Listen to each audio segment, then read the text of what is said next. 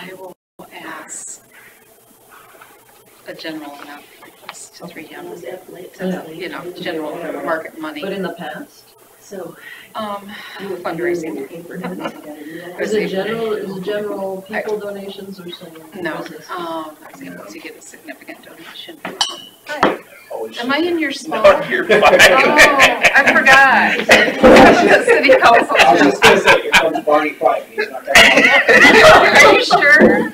No, you're fine. Ladies, here at the Rock. Dave sits in that You chair. gotta do it.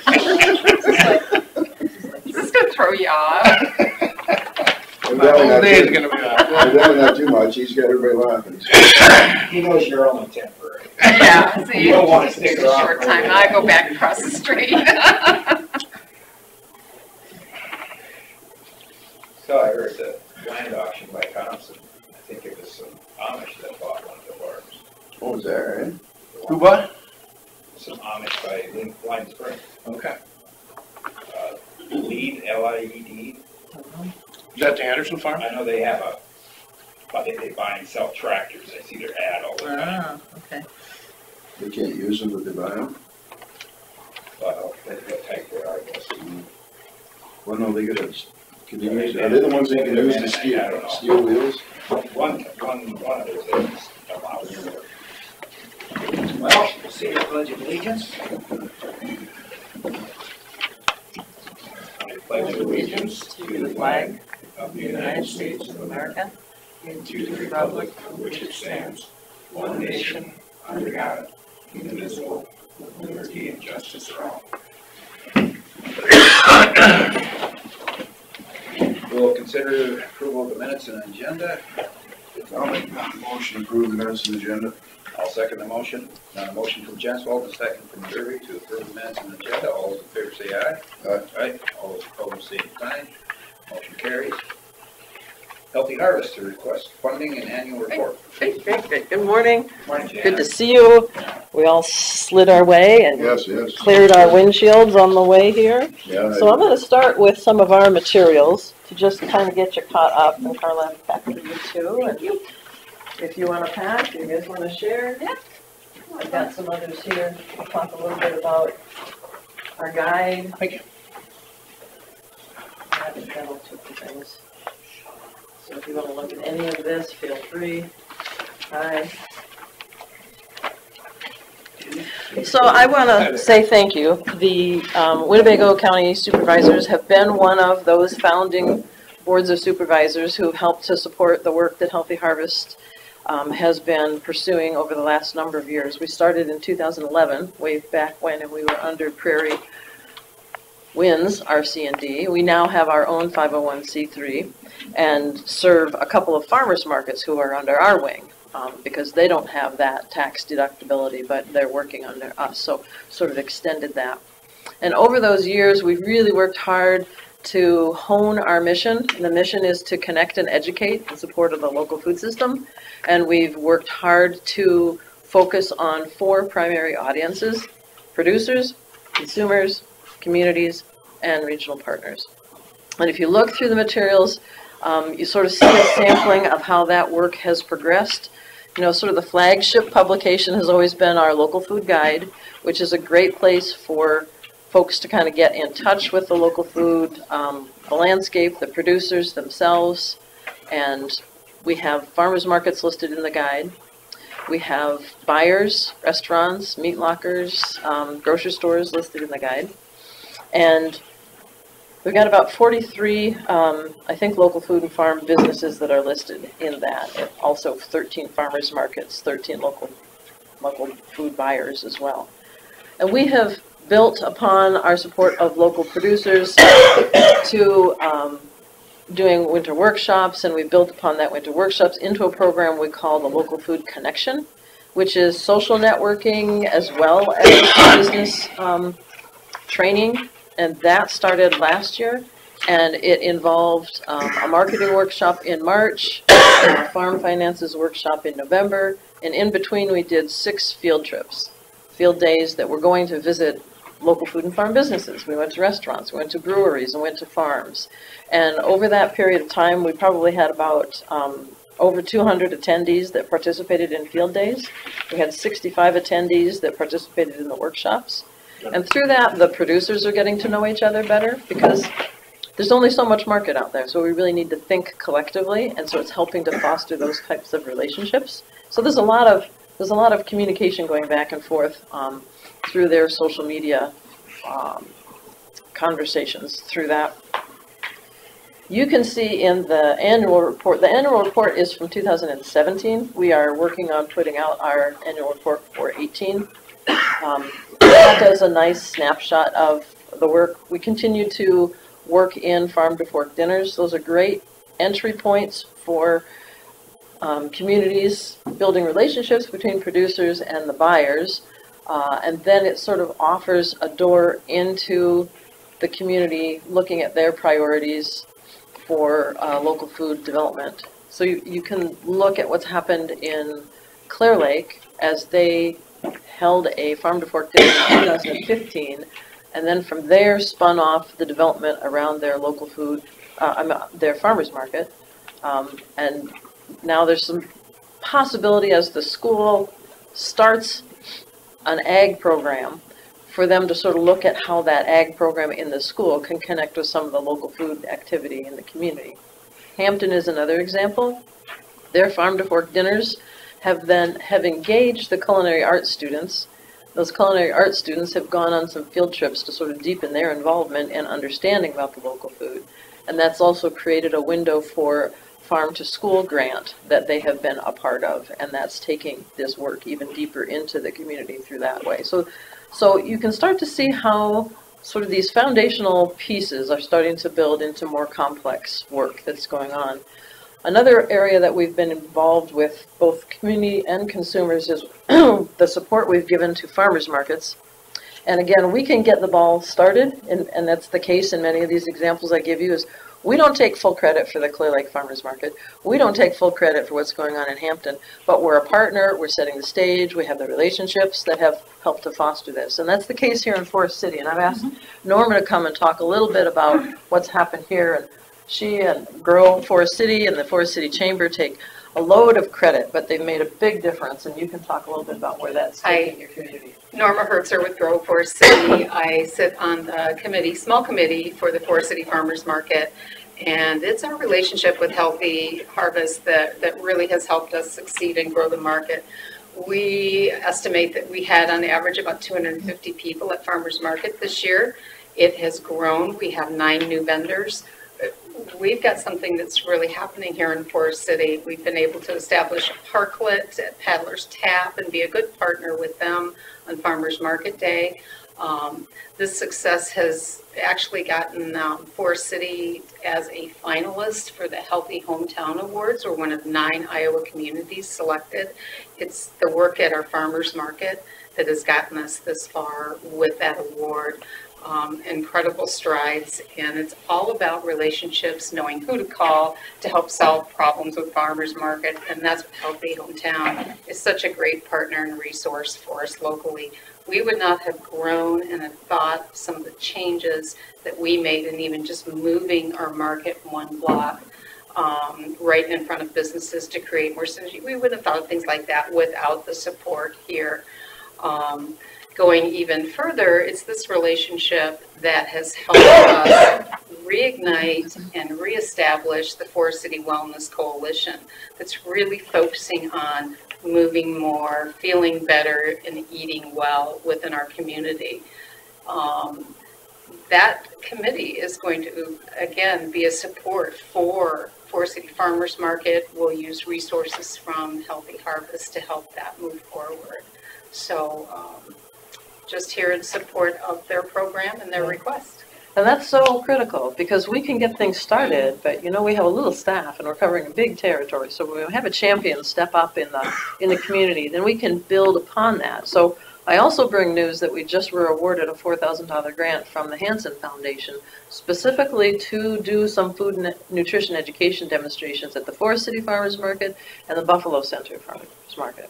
Last year we had, through a Wellmark grant, been able to acquire a unit. It's a self-contained cooking unit, and you've had it at the market, right, as part of the National Market Week. It's a unit that we have to haul with a trailer. It has all of the cooking capacity within it, so we're not limited. Some farmers markets would like to do food demonstrations, but how do we get the hot plate to do that, or the blender to do that, or the cooking equipment? The Charlie Cart has all of that information in it, and it comes with a curriculum, so it's not just willy-nilly. It's really based on some solid education. And Marie Boyd, our staff person, has been the lead on all of that work. And she's been able to tap into some local chefs or local food educators. And so that grant is paying for the Charlie Cart to come here, to work in partnership with a local chef or food educator, to buy the ingredients from the local vendors, showcase those, demonstrate how to use those, provide the recipes. And our experience last year was farmers were telling us they were seeing a significant increase in sales or selling out of those ingredients that were being promoted. And at the same time, that unit was being used in some diabetes prevention education areas. So we're tying all this business about economic impact and health and wellness. So it continues to be putting all of these relationships together that happens when you support the work that we're doing. That's really the foundation. And then we've been building these pieces of partnership.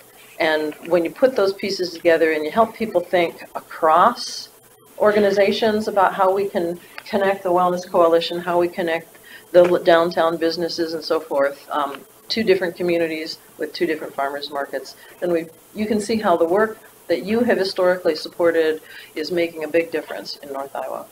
I'm getting ready. If the weather allows us, this afternoon we have a North Iowa Coalition meeting, and this again is a piece of bringing partners together that we've been working at very intently since 2015, and they've done a great job. We have a core group. We've identified priorities, that being farmers markets, food hubs, community gardens, farm to school, and food waste. So we sort of looked at the whole food cycle, and it's way more than Healthy Harvest can do. So when we bring these partners in, we can make some progress on those. So you say, well, what's the impact? Well, the Farm to School grant wouldn't have come if we hadn't had the coalition. The farmers market collaboration and support that we've had here in Forest City is because that's been identified as a priority. And Marie has brought at least 6 different farmers markets together on a pretty regular basis. So they're sharing resources, they're sharing strategies, and we're able to do some of that National Farmers Market celebration, and we'll continue to work on that. We're also starting to see more partners coming around the issue about bridging the gap between healthy and local food and folks who are on tight food budgets, and starting to look at how do we address that. So the point simply is, we've got the tools, we've got the relationships. You can see in the letter of request that we continue to have some impact from the Winnebago County, and I'm going to get this out here in a minute.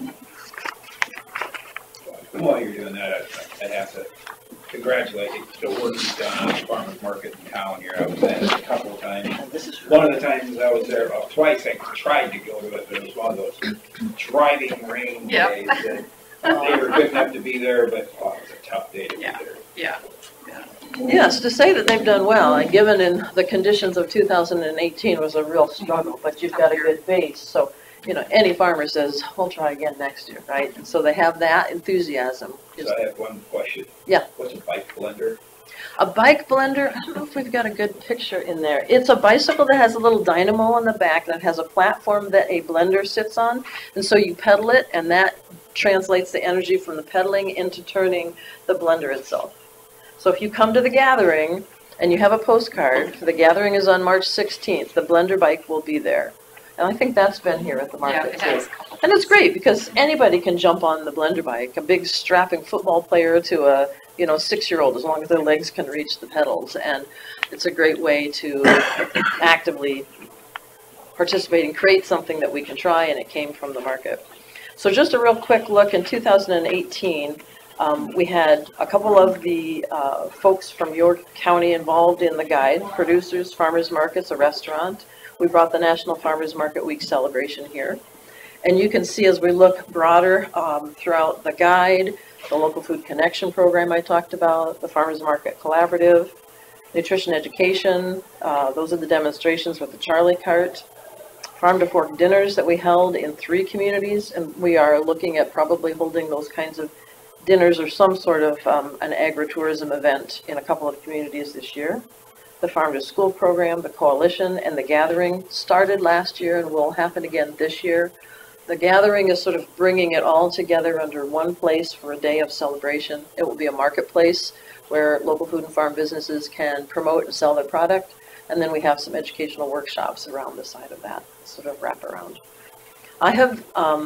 We have received support in the past from the Winnebago County Supervisors, and I have been asking the other counties that have been supporting us. I've already talked to 6 other counties in our region. We have a 9-county region, but we've got about 6 or 7 that have been consistently supporting us.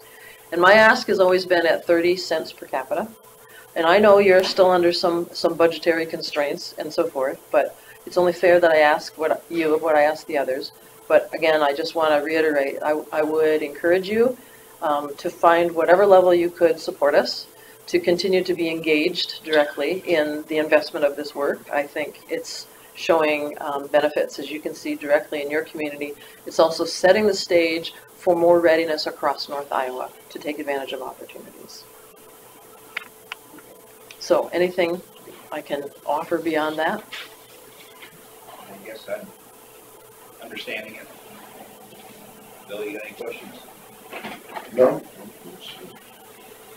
We have a real clear strategic plan, and we're very effective in using the dollars. You can see for, I think it's on the back, I'm not sure. If you look at the portions, the average county supervisor's contributions runs about $2,300, and then we leverage additional sponsorships, memberships in Healthy Harvest and other grants that sort of magnifies that by about 45 times as we look at the other resources that we bring in. So your investment is an important piece, and then we magnify that through other supports. So thank you for taking this under consideration as you look at your budget. Yes, watch your windshields. Yeah. Thank you all. Thank you, Norma. You're welcome.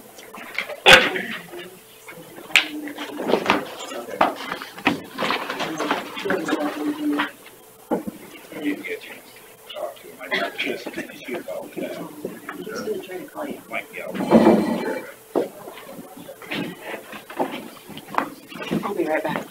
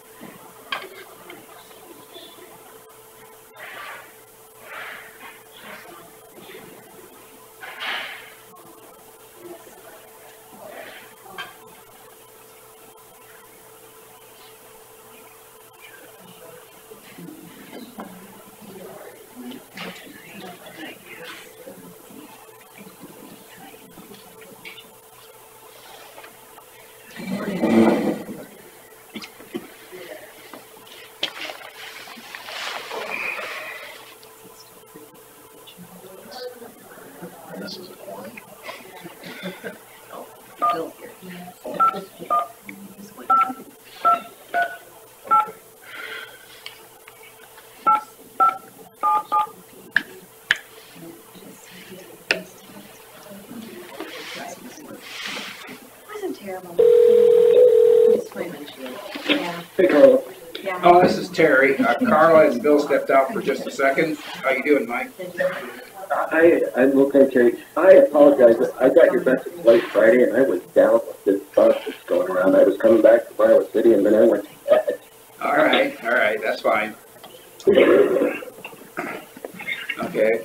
So I apologize. Yeah, I'm still waiting for Bill to get back, and then we'll proceed with. But I knew I owed you a call. Yeah. How's things up there?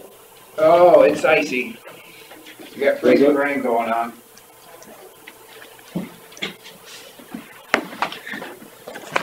Leave them all alone.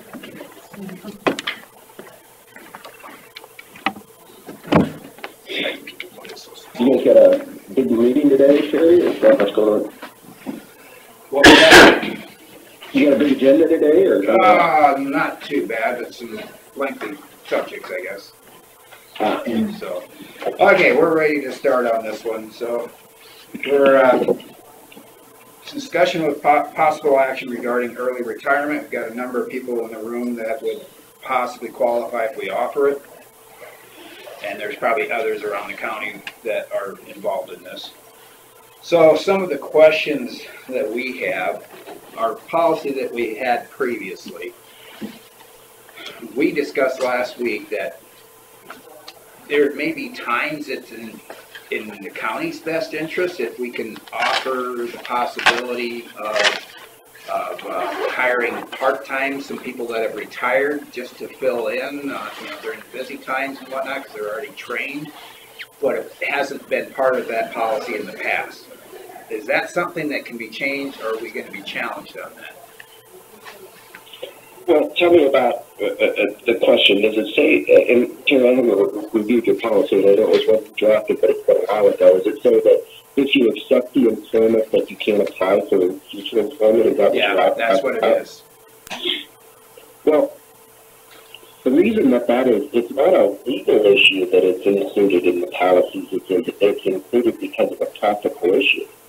All the employers across the state that use these and offer early retirement programs because what they're trying to do is in some way reduce the cost of personnel services. So if they are offering this, they don't want to be required or even have the possibility of having to rehire somebody that they've provided a substantial benefit to in an early retirement program. That's why that language is in there, because the whole idea behind the early retirement program is we are going to offer this across our whole community of folks that work for us. And our intent is not to rehire into the positions, and if depending on whoever takes it, so that we can then reduce the budget expense for personnel costs. Okay. I'm not totally following that. So does that mean we can change it if it's a position, if we can word it to where it's a position that's only part-time type of thing or temporary? Well, what you can do is what I started off with is it's not illegal to rehire, but you have to follow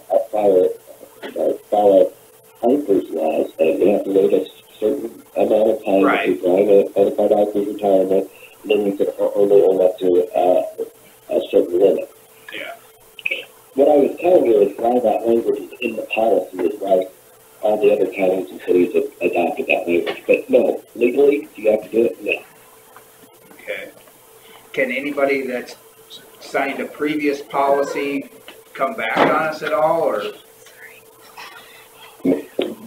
say somebody that took early retirement last year, if they would have wanted to go back part-time, they wouldn't, they signed a document and that's it? I mean, it doesn't. No, I mean, it is. They're bound by that. I don't think it's discrimination because under the terms of that program, that was one of them. Now, could you, if somebody wanted to, and the board, if that's the direction the board actually end up wanting to go, and they will allow that now, could you amend that? Absolutely. You can always fix that and pass a resolution. Okay. I mean, it's only stopping them from coming back. So if the board wanted to unilaterally pass a resolution that said we're not going to uphold that provision of their retirement program, then I think you're fine there too. All right. Oh, okay. So, what was our other thing we discussed last week? There was another thing. Well, we just discussed basically the feasibility, and like when Mike was here, he talked about how unless you don't replace the position, it really doesn't pay to do it. And from what we've seen, kind of varies from position to position. How many years they've been here, how much we'll save if we rehire to fill it. And, some are probably going to cost us. Maybe a few of them might save us, but I guess it's one of the things we'll have to go over. My mind. I mean, in most cities, I haven't done one of these again in quite some time because, and this is just a practical, this is just providing information and experience that I've had throughout the state of Iowa. They're typically, as I kind of shared with the board, and I'll do this for the public, you see this much more in the school district setting because of the great discrepancy in wage amounts that occur from entry teacher classifications to after 30 years because of the way that basically the way the teacher collective bargaining agreements versus collective bargaining agreements that cover our employees in cities and counties, the spread in wages is not as great to fund it. Also, I think they have special funding mechanisms that are provided for the school districts that relates to how they can fund those. Actually, I have a special, Carla probably knows this much better than I do, but special levy rates to do these kind of budget items too. All right. My main practical information. My main question was that as we go and situations change and stuff like that, we can, it doesn't, you know, contracts and business change all the time. You should be able to change your retirement program, have it different for now than it was in the past without having any repercussions, can't you? Because, I mean, it happens in business all the time. So what you should be doing, and I don't know if you've done this, but I would say to you, if you set aside whether you should do it or whether you shouldn't do it. If you do it, then it should be a one-time, and you do it for 1 year, and then you don't incorporate this into a policy, right? It should be, or even if you have some reference in your language in a policy, it needs to say at the annual discretion of the board or some very, because as you just pointed out, very good point, each year is very different as it relates to budget. Now, the problem is what you, by doing that, and how you're looking at that is you have to be very careful that it doesn't become the potential for a possible discrimination claim because a board decides when they want to implement it. It needs to be for sound reasons based upon the budgetary. If you, in other words, what I'm saying is if you keep going and doing this, okay, and then one time you say, we're not going to do it, then you need to have a justification for it. If you do it as a one-time thing, or you've done it twice, and then you decide not to do it, that's fine. But I think the board needs to be thinking about how they're going to do this each year. Otherwise, if you don't, then it just becomes another benefit that you're extending to all employees. And depending on how you calculate that, or what the exact benefits are in the policy, then there are GASB 45, the accounting, as Carla would know, implications as to what she has to account for on the county's books each year for the auditors. All right.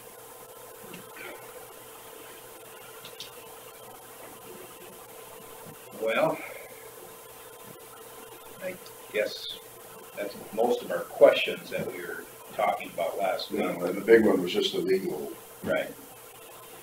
whether, you know, whether we could get in trouble by changing it from what was last year. But justification is the key If you part. have, as long as you can justify the reason for it.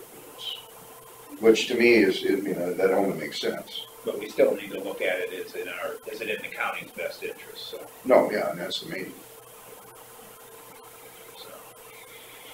Yeah, I mean, it's either, if you, I would look at this and advise clients, is it really an early retirement that there is a benefit to the employer by extending it? And if it's not, then it's really, and the board wants to do it, then it's just another benefit that they are extending to employees, and which is a very, very good benefit, rich benefit that in comparison to what the other counties are doing.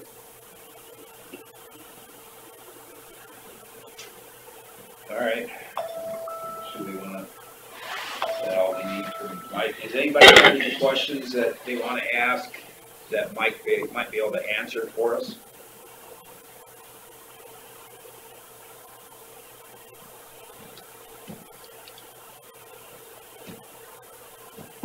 Well, I guess in that case, that's probably, all we need you for, Mike. All right, let me know if you have any other questions, guys. All right, thank you. Look at get the contracts drafted. All right, Okay, thank you. All right, bye-bye. Bye. take care.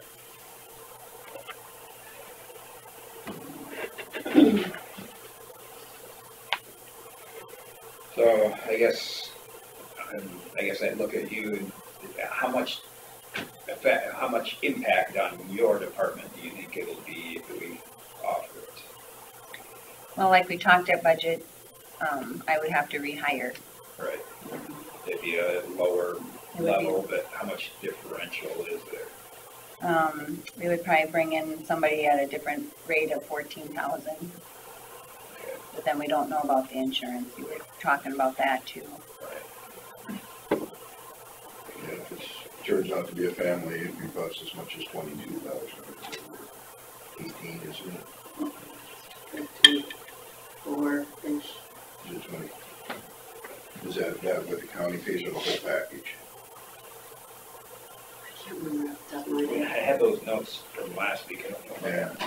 It's, for some reason, it seems like it was like 24 was the whole package, but the county pays for 18. Carla, do you want me to go look at it? Do you want to just bring in my budget binder? It's on my desk. Filling up my notes from last week at home.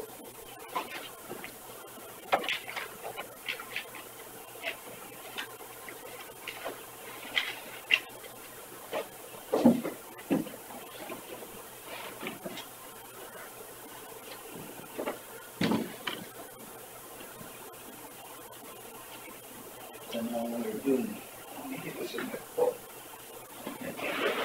Read notes right in the book. Put them in the treasurer's book.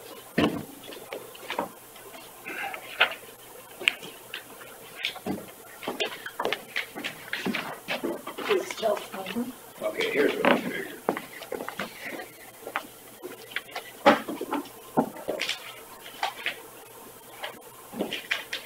Between single and family, we figured about a $12,000 difference cost to the county.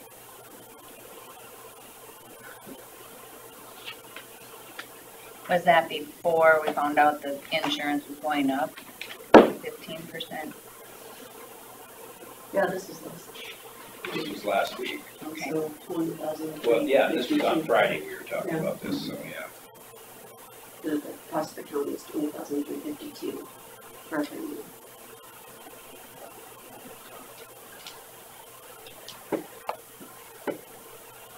So how much do you actually save if you,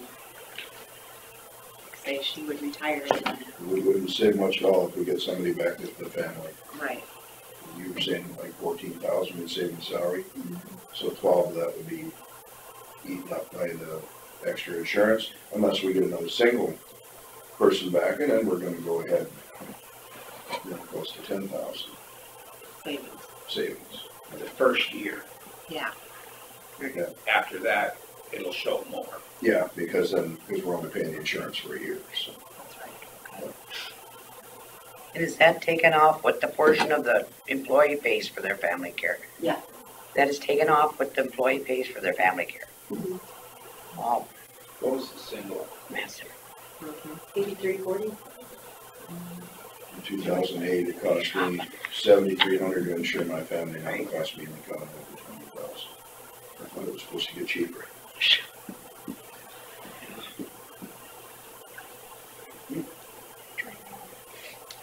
But I had an employee with a child and mine went down, so it's all there.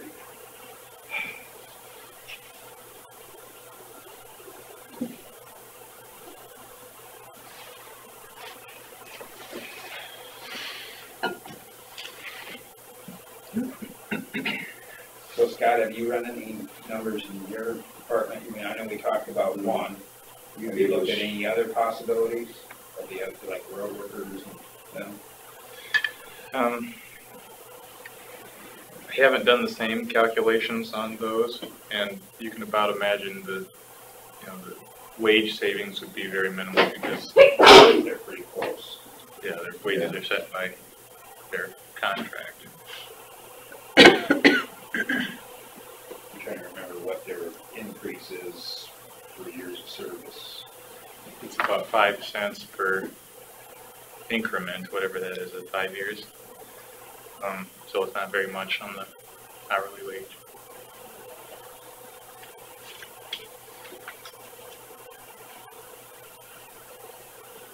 And I don't want anybody that's as old as I am to be offended by this, but people like me are probably gonna cost more on insurance in the long run than the younger people that we can hire, if we hire a younger person. We can't hire them because they're younger, but typically that's what happens. Yeah. Your record with the insurance company will be better, so therefore your premiums will be less. Right. One of the things we can't really quantify. I guess that's one thing I look at, to keep our rates low, it would help. Yeah, and the person we hire, we don't know what their situation will be either. I was looking at the overall average.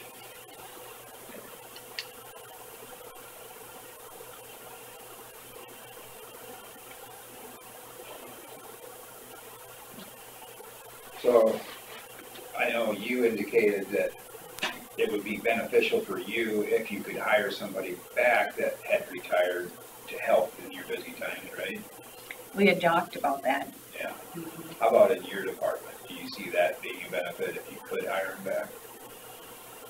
Like to fill in the winter or whatever? Or do you think it's something? You mean rather than hiring a replacement? No. You'd hire the replacement, but you do hire occasionally some people to fill in. Yeah. Be kind of like,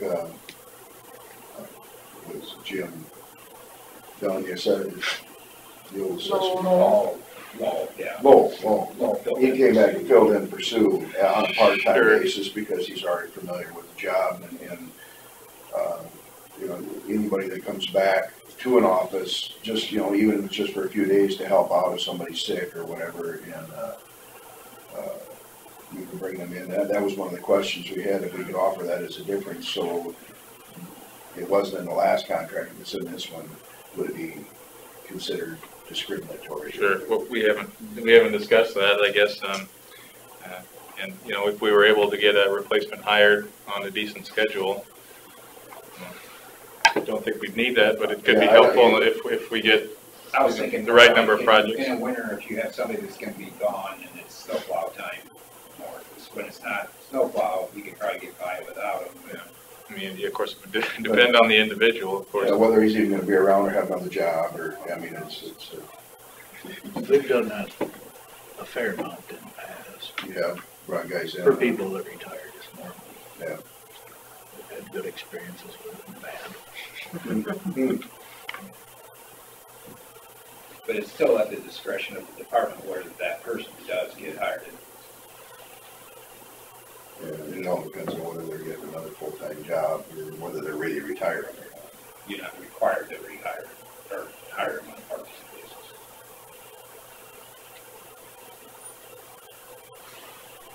Well, I guess if we were discussing it, if we're interested, that's one thing I would probably look at changing on it, if we could have the ability to hire, but not. I gotta make sure Mike looks through it. It would be at the discretion of the department and us, and whether if it benefits the county to have that happen, it should. If it doesn't, we should have the power to say no.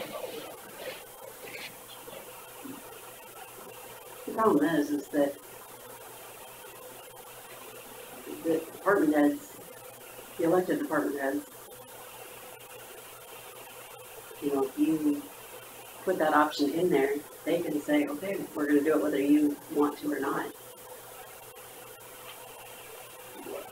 Hire it back, if you put that option in there. Like, Well, no, all of us are in on the decision, not just that. That's what I meant. But that's not what the policy says.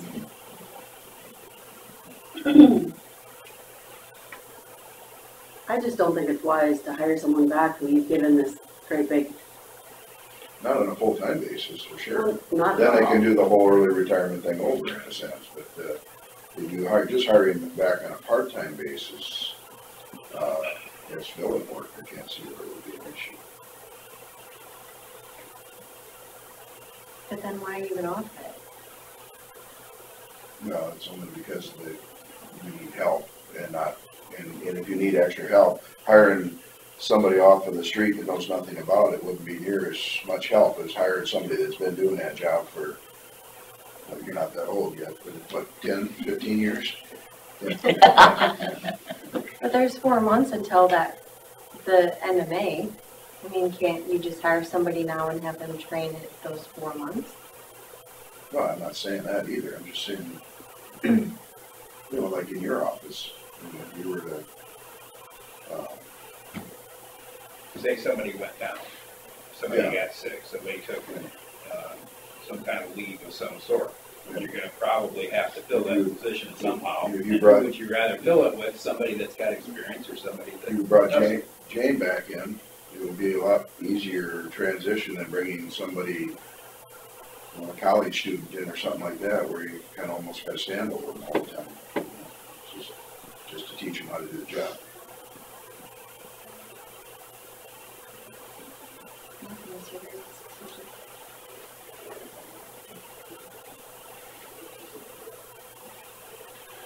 What do you think, though? Is this something worth discussing further? I think so.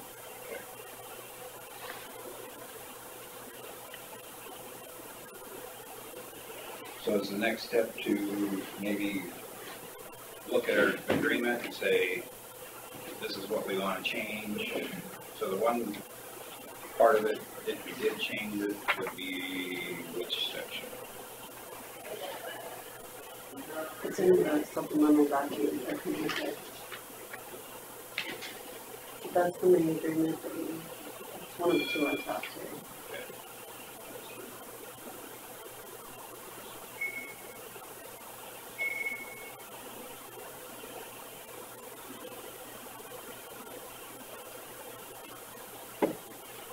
Number 4 on this page.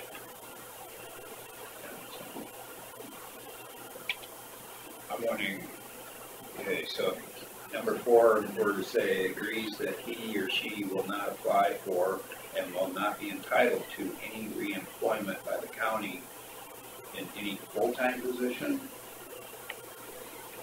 and eliminate the part-time capacity. But does that allow them to have precedence over somebody else? Who did that? Well, number 4 says that if the county chooses to offer another position of employment in the future, this agreement need not prevent such a reemployment. Oh. So there's a loophole in it anyway. So when they say another position, they mean an additional position that's not already there. No, I would say it means, like, if they want to hire them back in the future, that this agreement doesn't prevent it. But they're not entitled. No, it says that the employee will not reapply, but if the county reaches out to that person. If the county chooses to offer. So I guess we're accomplishing this. Yeah, just no, with this agreement then. Yeah. So it puts us at the helm to be in charge of it.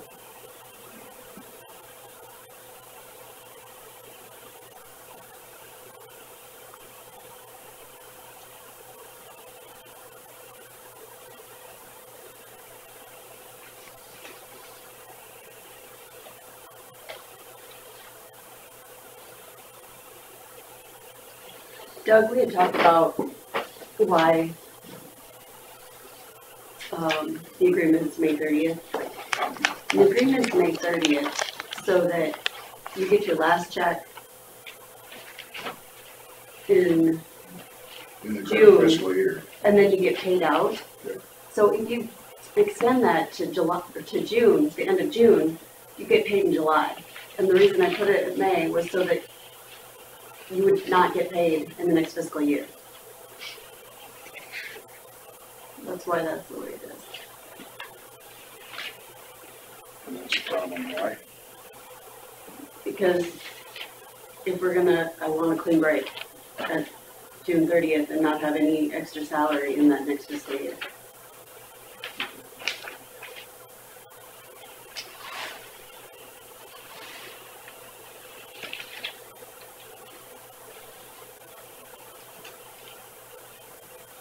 So we were identifying the number of people that would possibly qualify. There's probably maybe 12 to 15 people that could qualify. We think the number that are actually interested would be probably no more than half of that. But we don't know that, that's up to them. So budget-wise, we don't tell. Can we offer it contingent on a final approval, so we know how to put it in the budget? The agreement states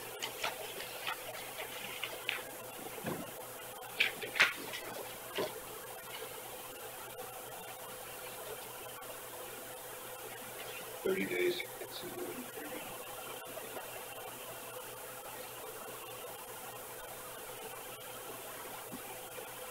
they can apply for it, but you still have final agreement or Until final. when? 30 days?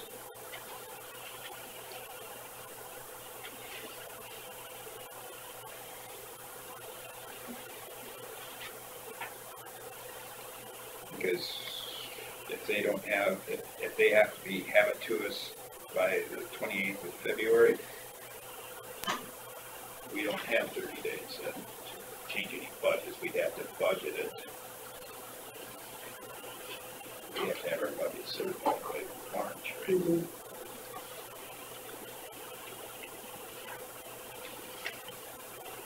That's one of the quagmires for you.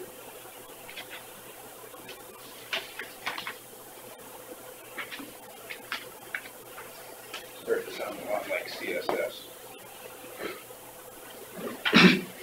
You're required to do certain things by a certain day, but functionally it doesn't work out. Did you say in the CSS meeting for me tomorrow? I don't think I did. I don't remember saying that. It also says the Board of Supervisors reserves the right to determine how many employees will be granted this benefit, and employees who are eligible may apply immediately following the board's adoption of this plan, and recipients will be determined on a first come, first served basis. So we can cap it, say, a certain number, like 5 or something, and Mm-hmm. because that's all the budget we have.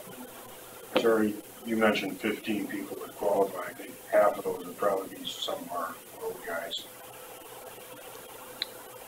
Looking into that, I would think maybe only one.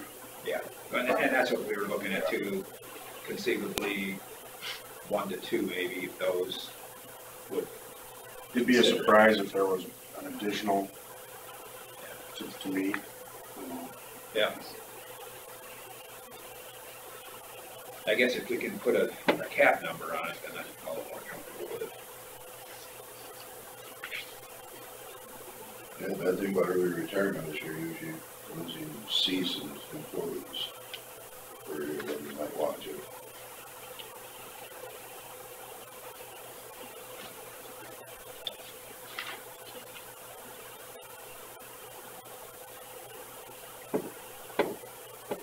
What do you think? Are you okay with it the way it is? We feel It comfortable? says right here, this agreement does not prohibit the board of supervisors at the request of the department head from offering employment to an employee in the future. So, I guess we would rather a little closer with, we know it's already.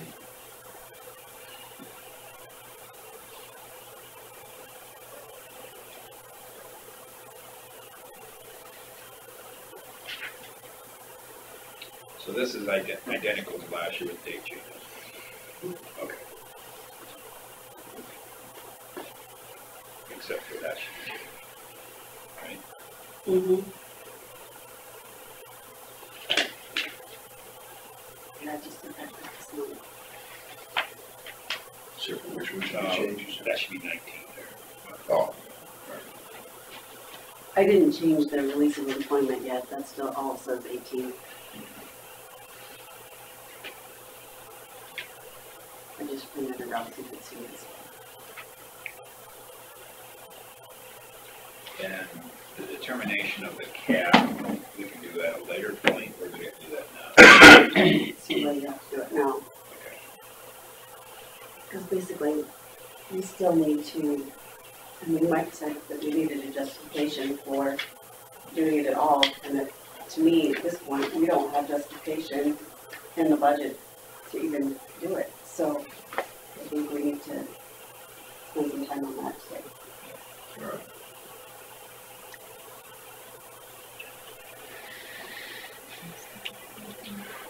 All right, well, I guess at this point, we'll just say we're still looking at it. It will probably be in this form of some sort. Any other comments from anybody on it? Just a question, the justification for last year, can you explain why it happened last year? Oh, we thought we were gonna save some money on it. Did we save any money? Yeah. In her office, we did, because they She didn't replace the eliminated the employee. position, though. What's that? She eliminated the position. Yeah, yeah, I think we didn't replace the employees. In public health, I'm not sure. Might not have there. No, my guess is their savings were the minimal there. We had, what, 3 last year? So it was a budget issue.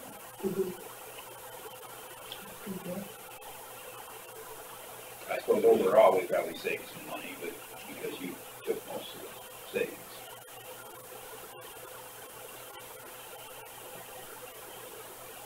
So, I guess we'll look at it a little closer. And make a decision before we're done. We're talking about this later.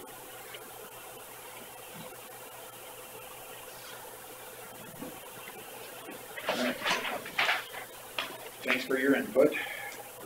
We'll move on to Scott Miner, who will discuss secondary road management.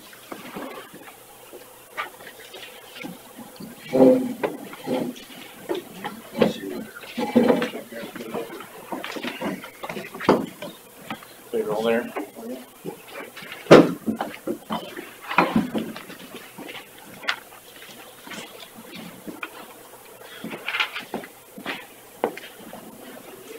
Not much for updates as far as projects or anything like that goes, and we'll talk about some more budget stuff later on today, I suppose. First, our guys were out plowing roads Friday and over the weekend, and out again today, and we were out yesterday too. So credit to those guys for being out there and conditions as they were, and I think they did a really nice job.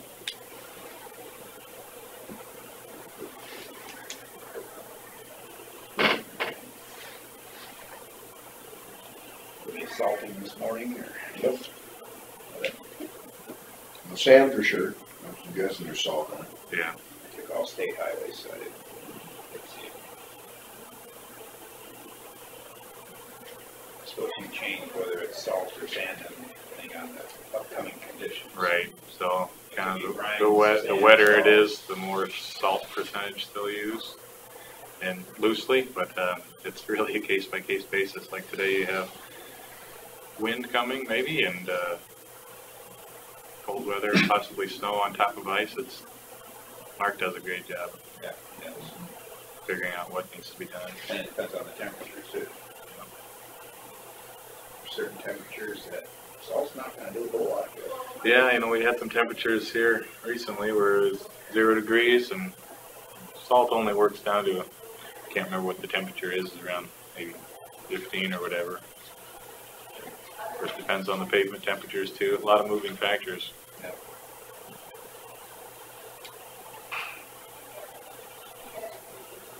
All right.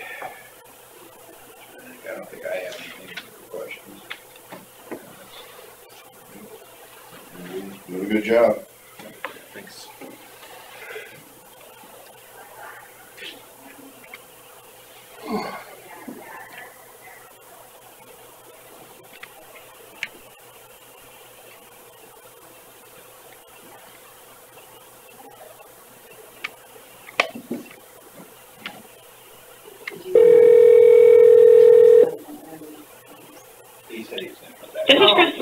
It'll work. Hi, Chris, we're ready for drainage. Okay. All right, thanks.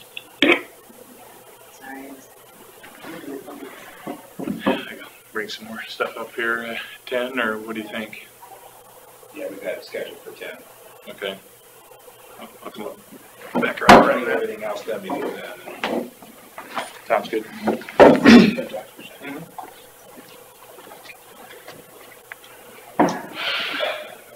Okay. 6-1 in favor. Carl was the only one to vote against it. Nobody voted against it. Yeah, which one was that? There were a lot of people there. I wasn't there. I was in the middle of a blizzard in Armstrong. But as I understand it, there were some people there that were shedding tears, fearful they were going to lose their dogs, all kinds of interesting things. Oh, on what breeds you could have in town? What even the big city about the Stars got that? Morning, Chris. Hi. You got anything on drainage? That's not already on here. The only one I have is that letter that came from the Larsons Mm-hmm. on that one parcel. Yeah, I emailed her back and said that I got it and I would read it next week. Looking for probably doing some research on that to see what they can and can't do. What do you mean? Some of their claims in there that they're gonna hold us accountable for damages and whatever else. Oh, and that's just a standard Yeah. paragraph. I've had somebody else ask me that. There aren't any claims yet because we haven't done any work, so. What are they, how do they think it's gonna negatively affect their ground? Say it's gonna. Just in general, they're opposed to the project, so. I know that same family was involved in another private trustee district of 25 there. Okay. The guys in that one said, yeah, they were threatening right up to the end.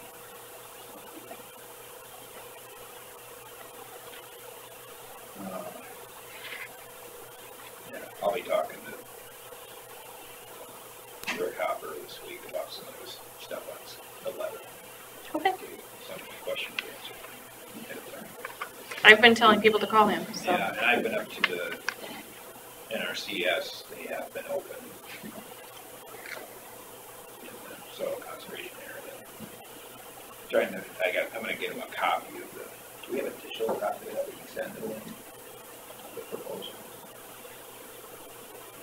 Well, right now it's just options. I mean, Right, it's, right, it's but not, nothing there is were set some in. things that have kind of affected them, that, you know, where the location was, and things like that, and I was explaining to them, we thought it goes here, so it shouldn't affect that wetland there, and things like that.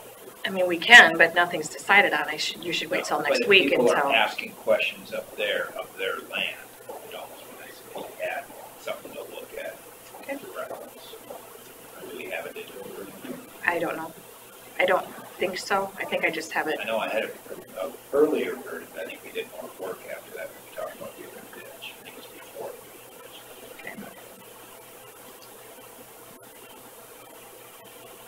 That's all I have on drainage.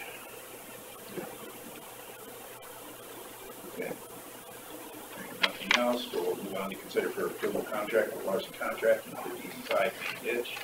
I talked to 20 and 27. I talked to Darren Eastwald, and he took off that part about paying 20% down. He said, "Oh, I'm sorry, that's just standard on everybody else's." So, yeah, we don't do that. He goes, "No, you don't." So, Okay. he was fine with it. Yeah, I figured it was just.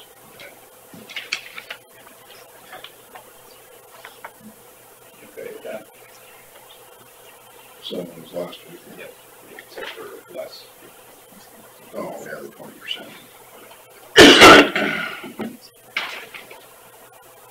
I'll make a motion to approve the contract contracting for DD5 main ditch and lat 20 and 27. I'll second it. Motion from Derby, a second from Chancellor to approve the contract. All those in favor say aye. Aye. Same sign. Motion carries.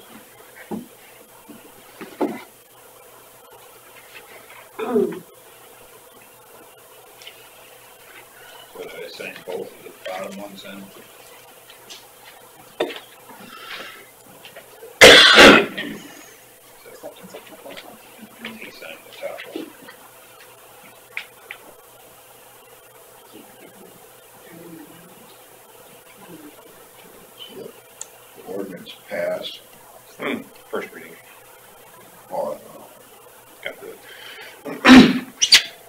put an article on the website, started a firestorm, over 200 Facebook posts.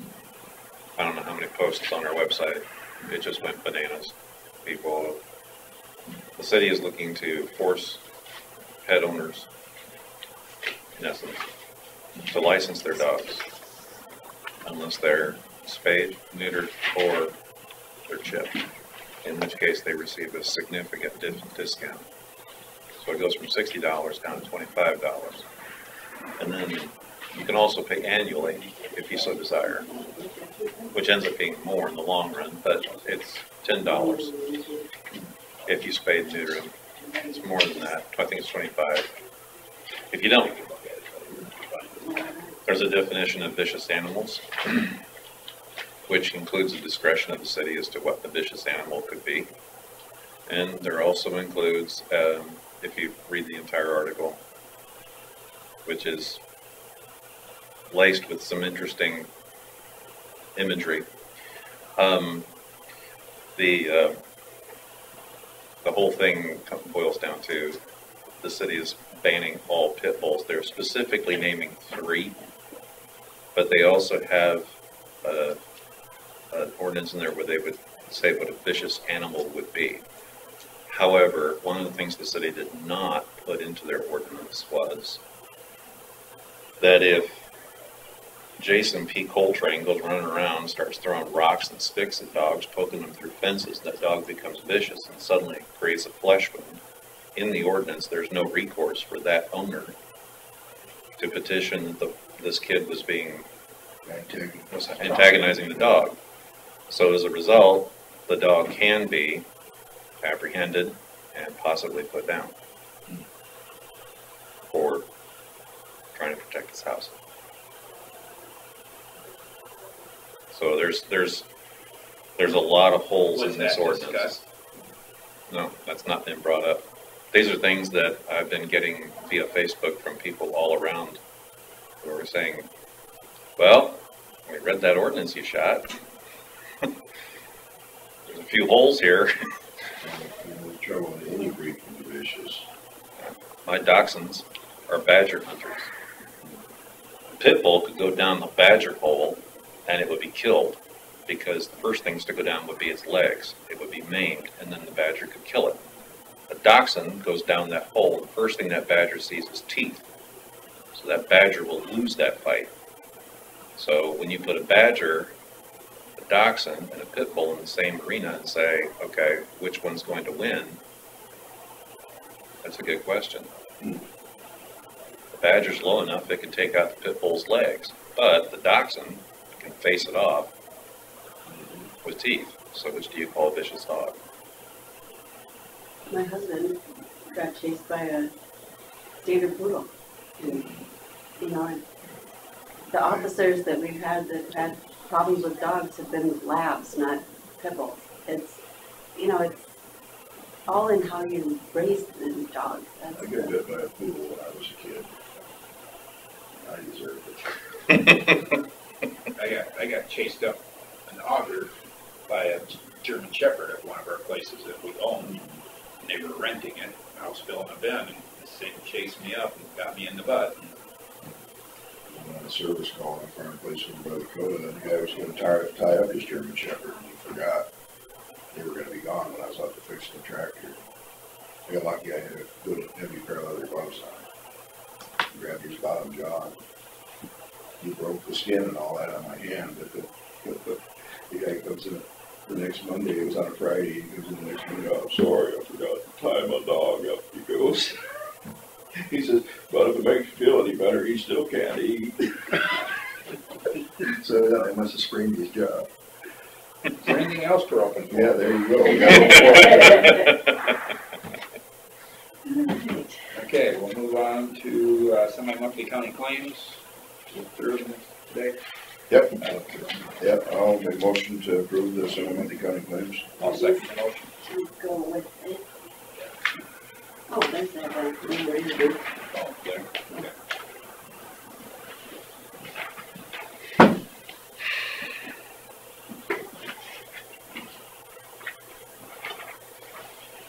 On a motion from Golden, a second from Derby to approve of assembling monthly county claims. All those in favor say aye. Aye. Aye. All those opposed, same sign. Motion carries. Did I skip it? Oh, yeah, okay, we'll go back to number 3, set dates for public forums. So first, I suppose we better have a list of things we want to discuss at the public forums, and then set dates. I have a list in my office that so I've got public health, road recycling, and How about the VA? Discuss whether. Your board, your board has indicated you'd like to have somebody full-time, and We actually have virtually a brand new board, so. right. But the last 2 resignations were because we didn't have anybody Have full-time. you guys met yet? We met yesterday. Okay, so you got somebody hired then? Okay, good. We do, yeah. Good. he's supposed to be meeting with the Wright County DSO to get some training, and then he'll be in the office. Okay. Good.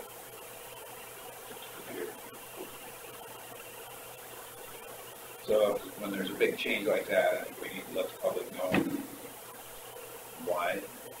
I mean, we could have discussed, because the problem is resolved for now, but we could have discussed, whether we should make it a full-time position or not, because that would be a rather large expense to the counties.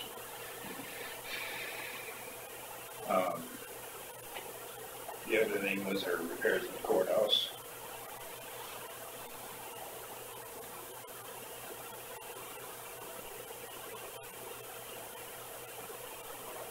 I suppose, well, I don't know if we want to discuss the jail and how it's operating, and probably have to explain. Yeah, it's a high cost to operate, but stuff we, Full.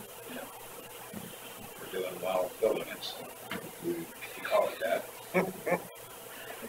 We were, They're waiting at the door. Knocking down, can't get in, can't wait. If we're paying that money out, it would be a lot. exactly what I was gonna say, one way or the other, we'll be making payments, so. Right. Did you ever talk to that other entity about food? Not yet, no. I was down there for quite a while, so. Yeah. It wasn't healthy for you to go in there. Yeah. You're sounding much better. You're sounding better than Sue now. Trying to think what else we had on that. I think that's it. I have 4 things, and I had mental health on my list, so we've covered everything that's on my list. Okay. Want to have mental health on there too, I don't know I if we, think, well, it's not changing so much other than we might be somewhere else, but it could be more of a statement from us to where we're at.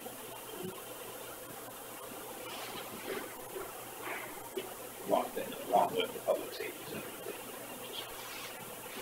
It's still on people's minds.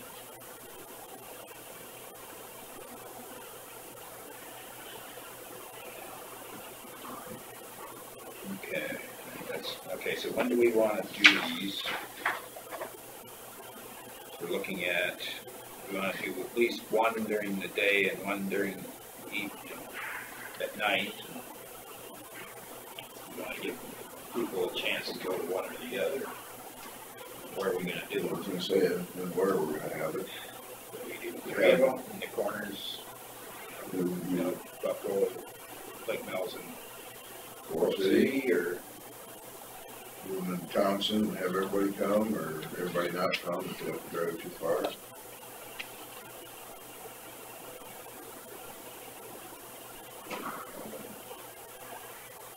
Probably be best to do one in each town, I would guess. But, there's a lot of organizing. yeah. Then you've also got, you have it in this town at day or night, and,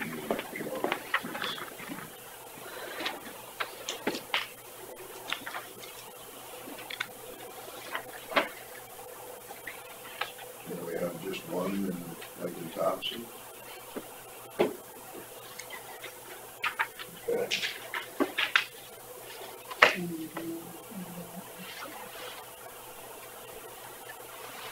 maybe I could put something anything on the website and Facebook that says supervisors looking for opinions on these things? You always get opinions online. Yeah. And I suppose what we need to lead it with the issues, our issues. well, but what I would do is just say supervisors are looking for input on these things. We're gonna have a public forum this date here. Please bring your ideas and Oh, you wouldn't open it up online for, well, people could if they wanted, but. but what I'm saying is if you're gonna have this online, you gotta tell them what is the problem. You can't just say, we're gonna discuss. And I don't know if I want to do all that online. I would rather just let them know where we're gonna be.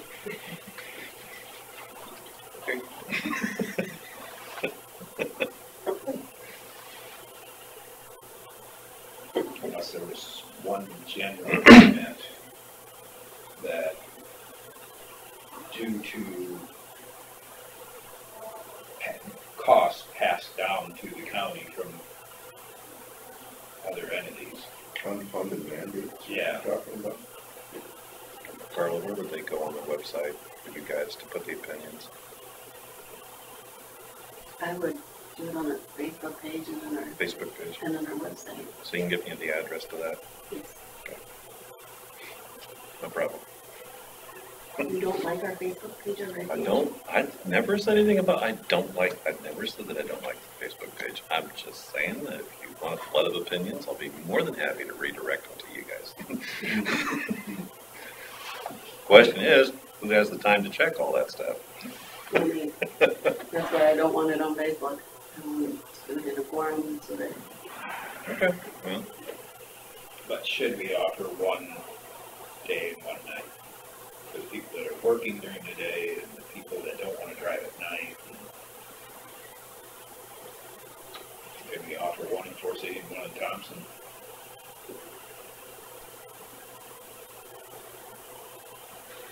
That'd be close enough. Half the population's down this way. The other half is out and about.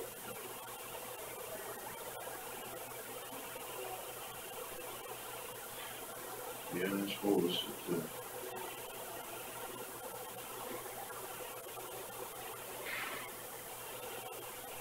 Let's do the one in Thompson at night. That should be A lot of people up that way that work during the day. I think there's more people that work during the day that will just show up than what won't drive at night. Drive at night. If you want to be there bad enough, you'll find someone to drive with, I suppose.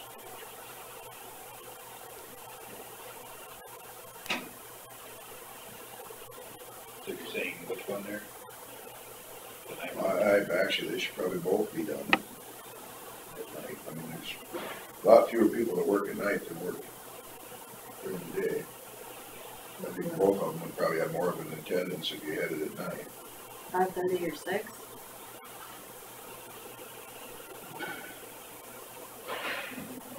Relatively early would be nice as far as people getting off work at What, 5 o'clock? Or that we're not cutting into their, take one a week Well, or supper they could, or some people won't get off work till 5 though. I mean, Maybe 5:15 or 5:30, I think. Give me a chance to get here. yeah. it's not gonna be a 2-minute deal. They have a chance. Yeah. What do we do? See if I can get the ground approved? Yeah. The other choice, would might be, I don't know, with the library conference room, is too small. There's not many people that fit in there. I put for a class, just kind of like in rows. And you can put chairs in there and probably get 60 people. If you have tables, then the best scenario. So, It's a lot easier to get in there than you run. true. The library. My guess The would library be, conference.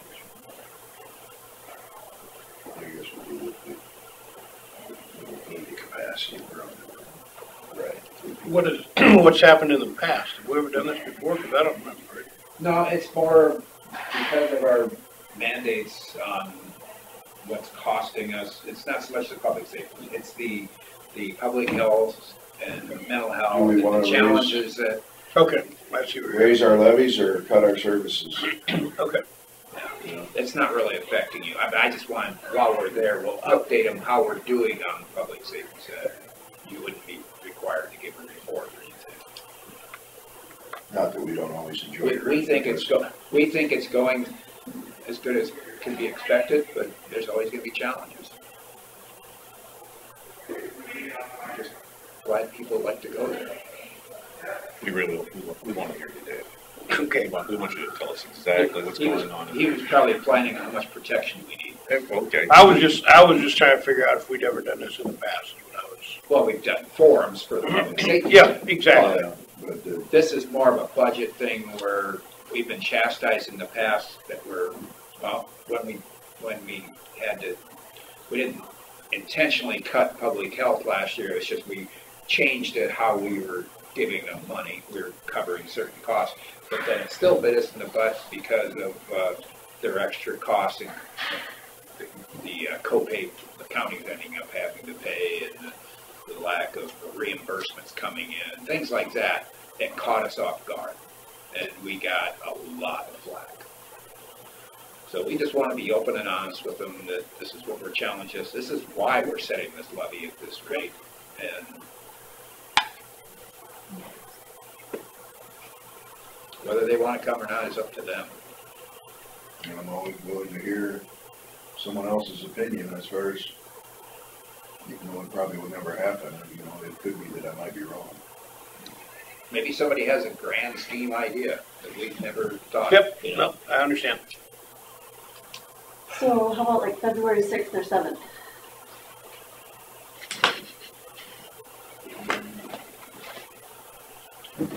I am gonna be gone at that time. We got 3-day school I gotta be at. I know. Do you think you need to be there or? It's mandated, I mean here. Oh, I don't know that. You might want to be.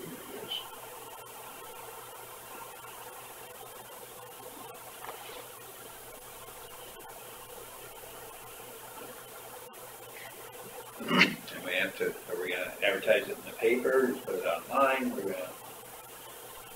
I'll call AJ. Yep, sounds good. Our media specialist. Yep, I'll take care of it for you. No problem. Finally have use for that bulb on the back. Probably want to go sooner, it'd be like the 31st. January and July, basically. 30th of January would be a Wednesday. Yeah, it's the 31st. So that's for one of them? Mm-hmm. And then what, would you do another one before city then? Could do. Want to do the 30th and 31st? Sure. Too close. No, that's fine. Oh, wait a minute.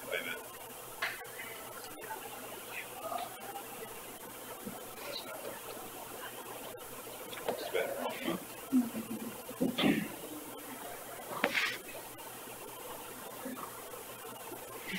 I had a meeting with it.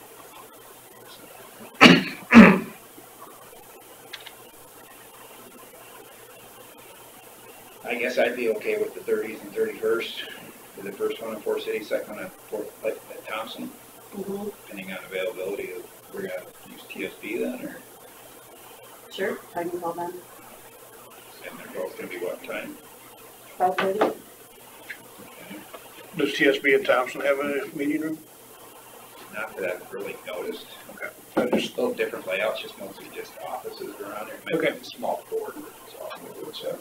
TSB in Thompson, they have a large meeting room, like, they don't have a basement like that. Okay. That's Yeah. I was just throwing it out there, Just because we were walk talking out about the basement. library. I was gonna say, it'd have to be downstairs if they have. I think we're better off at the library. Okay.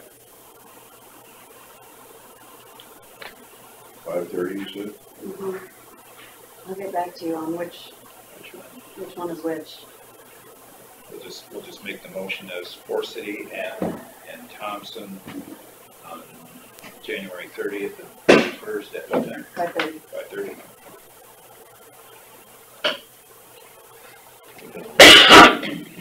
We're doing the library. Library in Thompson, the TSB.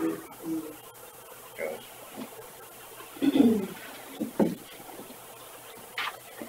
Yeah, I think Thompson, Buffalo Center too, there's a place you can, you doing, sir? we can print something out with a notice about it, both of them. They can put it on the coffee table or something. Put it on the coffee table, put it on the market. Around that day, you can go to Buffalo. Yeah, they get a pretty good group that goes into the grocery store there now. You already knew that. It's not the first to the available. Okay, so you want to make a motion or should I? Well, I'll make a motion to set dates for the public forums as February 30th and 31st at the Thompson Library and Titanca Savings Bank in Forest City. Did we ever decide? For the purpose of educating the public on our budget process.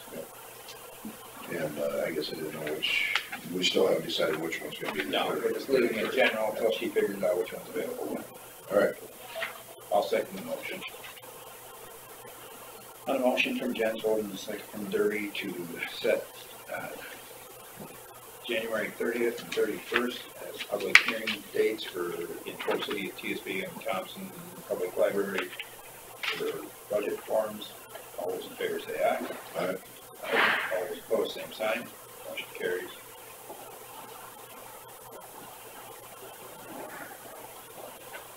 Okay. So we can do budget now. Payroll after.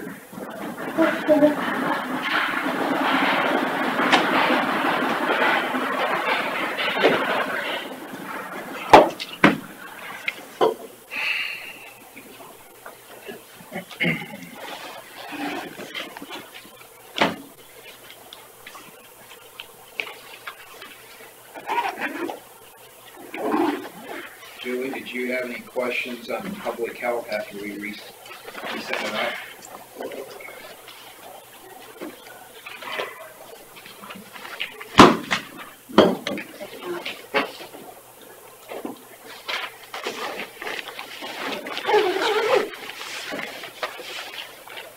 All right, so I guess they ganged up on us from the engineer's office, so I might as well take care of that right away.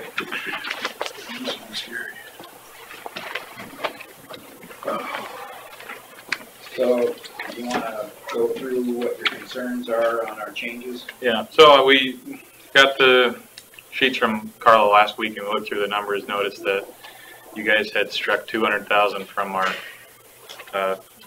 tax asking for a budget. And I guess, first of all, I'd like to have you guys talk through what your goal was with the cut. Well, as I indicated to you on the phone, we hear a lot of flack from the people that there's times when things are tough for them that maybe we need to be pulled back on the reins some too. And so that was our intent on that. We cut back on some equipment. Not all of it, some. Whether it's true or not, you know how many people come up to me and say that other counties go to our auctions to buy our used equipment because our used stuff that we're selling is better than theirs. Whether that's true or not is the perception is getting out there. But, I talked to a lot of guys about this and asked them if they were buying any new equipment this year, farmers wise, and none of them were buying any new equipment, and it just seems rather pertinent for us to at least kind of be in the same boat, just the people that pay the bill, you know, rather than, you know, it's not a, you guys are all on farming. Yeah. You know that it's not pretty Right. Very well. So safe to say your perspective is that we should, you're suggesting that we vary our tax asking by how well farming is going. It's been enough years in a row where it's, do you think we should? We have, I guess I looked at what we have received for taxes over the last, since 2007. I'll give you this.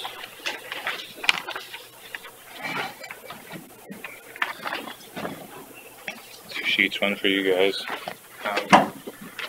You know, for any company, really, a consistent budget from year to year makes the most sense, so that we can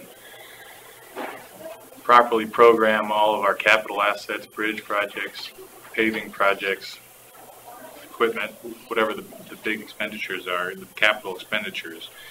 As you can see, the blue line on there shows how the valuations have gone up, the actual value that the land is taxed on.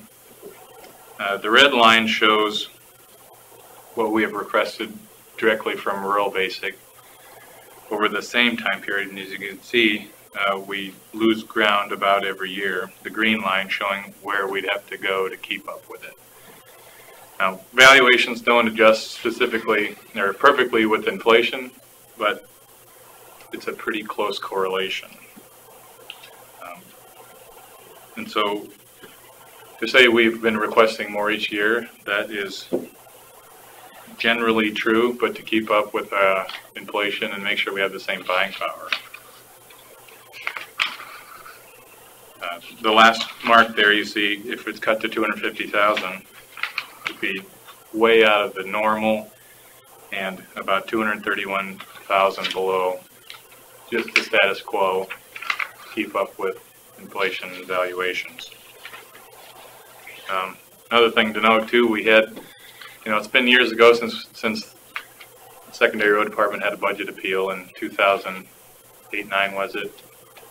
And soon after, prices of corn and farming was really good, but our equipment purchases weren't able to increase or catch up at all. So when farming was good, our budget was low, and now when farming's poor,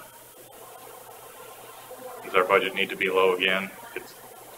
When do we make up for it? When we cut 200,000 from the budget today, that means it's cut every year from here going forward. We'll always be the same amount behind, you know, plus the inflation. So behind this much today, behind that much more tomorrow, the next year. The tax valuations may be on an increase, but the income from the farm is not. And that's the way I look at it. It's their valuations are higher, so therefore the taxes they pay are higher, and their profits are not good. I guess it was, you know, different. You weren't sitting here back in the day when we had the budget appeal, but. No, but I've known of, I didn't know about the budget appeal, but, and that's when it comes to raises and stuff like that for you guys as far as, employees, they talk about that the farming is tough, and then they have to remind them also that you guys were getting the same percentage raises when they were getting 100% increases in their revenue when corn was $6 or $7. And the average ad out, their raise is probably still fairly good. But it's been enough years now where it's, you know, I'm concerned, and all the farmers that I've talked to are also concerned. I didn't talk to one that didn't think that not buying some equipment this year wasn't a good idea. I also pulled some numbers on what our new equipment spending has been compared to our repair spending. I'll give you this too. It's not too much to bury you guys in paperwork, but we've kind of heard the stigma that buying equipment costs money, and of course it does today. But as you can see, our spending on equipment has gone down and down and down over the last 15 years, and our repair budget has gone up and up and up. And those two numbers are related. You know, rather than having equipment that's economical to repair. We're past prime in our older vehicles, and they take a lot of repair budget to keep them up and going. Not to mention all the time that they're down because they're being repaired and not out on the road plowing the roads, hauling rock, whatever. So while you might spend, you've usually got a spare for most everything, don't you? and you'd be surprised at how much our spares are on the road. Almost every day. Well, and that's because you're repairing another one, and therefore you should be minimizing your time loss as far as being out there being productive. Yeah, but what happens if 2 machines go down? Which, how much is that? What happens if they all break? I mean, you can, and don't get me wrong, I'm a machinery guy, but I'm also a guy that's been keeping a 92 Peterbilt running for years. And as long as you stay up on them, they usually treat you pretty good. And Well, for what we do, we put 400,000 and 500,000 miles on them. That's a lot of miles on a truck for what we do. You could go to any county, anywhere. Now mine doesn't give any miles now. And find that that is not the case. Mine has 150 to 200,000 is a lot of miles in most counties' eyes. My truck has got almost 2 million miles on it, and I wouldn't be afraid to take it. And you drive over the road every day. You're not beating them around gravel roads. Yeah, no, now it is. It's a big difference. But not as many miles. But no, but when you're when you've got a liquid tank on like I do, there's nothing. I don't think there's anything that's any harder on a truck, especially if you don't know how to shift as you're doing it. You got 50,000 pounds running from, because you can't have baffles in the trailers. 50,000 pounds running from one end of that trailer to the other, and it'll shake the fillings out of your teeth if you do it wrong. And sometimes when you're jumping out into traffic, you don't have the time to shift the proper way.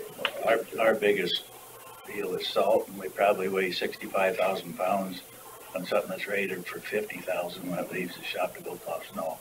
So they're overweight all day, every day when we plow snow. Yeah. It just tears We them have up. a list of inventory with current hours and what we would be replacing and justification of that. Here's our current equipment was printed this morning, so those are up to date, you know, as long as they're serviced, you know, since their last service. On here I've highlighted the trucks over 350,000 miles and maintainers over 11,500 hours, because those are, and I've shown this to you before, if we look at the repairs over the life of the machine and the depreciated cost of the asset, at those points in the life of the machine, they start to cost more, and they start to have a much higher risk of major transmission or engine trouble that could cost $30,000, $35,000, whatever. So if we can keep our fleet to trucks to 350,000 and maintainers to 11,500 or thereabouts, we position ourselves in a much better position to be able to have maintainers on the roads, have trucks on the roads when it's snowing, and not having major breakdowns. So we do have 2 trucks and 3 maintainers that are, you know, on the chopping block and need to be replaced. And in this budget we're talking about, you were planning on doing what? Trying to stretch a truck and a maintainer out of the budget, and it depends a little bit on trade or how we structure that. Because as you know, most counties will trade for new machinery, so the cost of the trade-in, you know, is never seen, and you know, they pay the net price for the vehicles. Our budget is a little bit, So that's their budgeted amount, is the net cost, where ours is 100% of the cost, and the trade, if you will, which we auction, comes in 100% different, so it makes our equipment budget look larger because we don't trade. Because we feel we can do better selling at auction. But it And also when you sell it on an auction, if it has a brand new transmission, it's also gonna sell a little more. You know, if you put 35,000 in transmission, odds are you're gonna get close to that next year resale on the auction. So I mean, it's or at least a percentage. And we're not talking shutting down the equipment completely from here on out. We're just.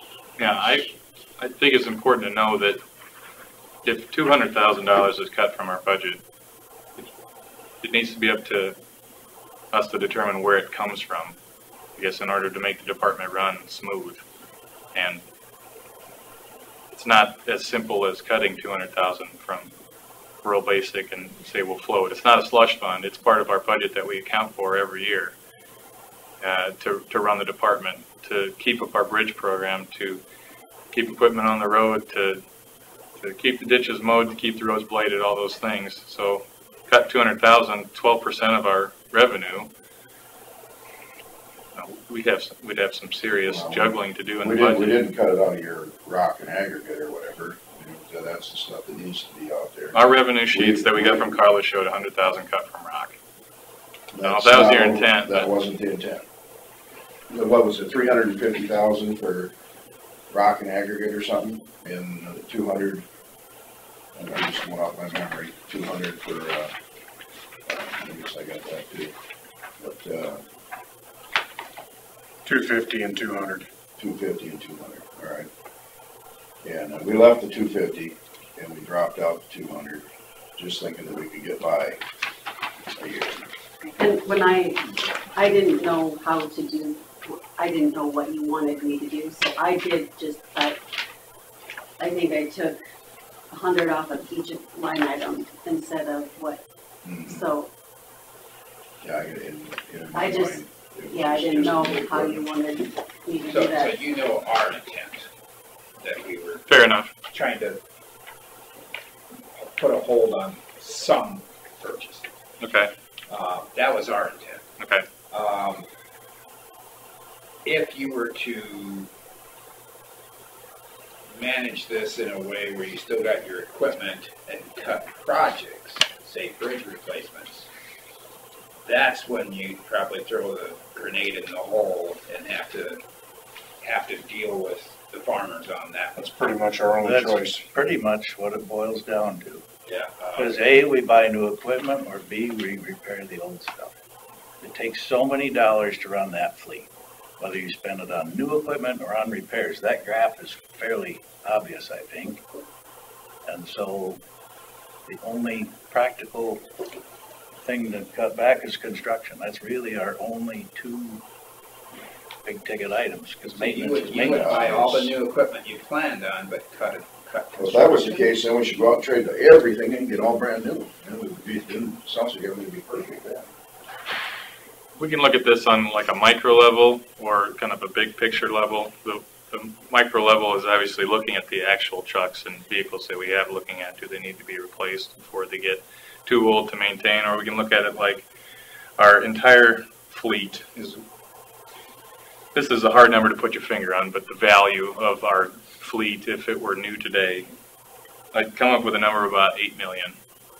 And in order to keep that fleet up and running and moving and keep it replaced before it just, starts to get older and older and older, and 10 years down the road we say, oh crap, all of our stuff is old, and now we need big money to replace it.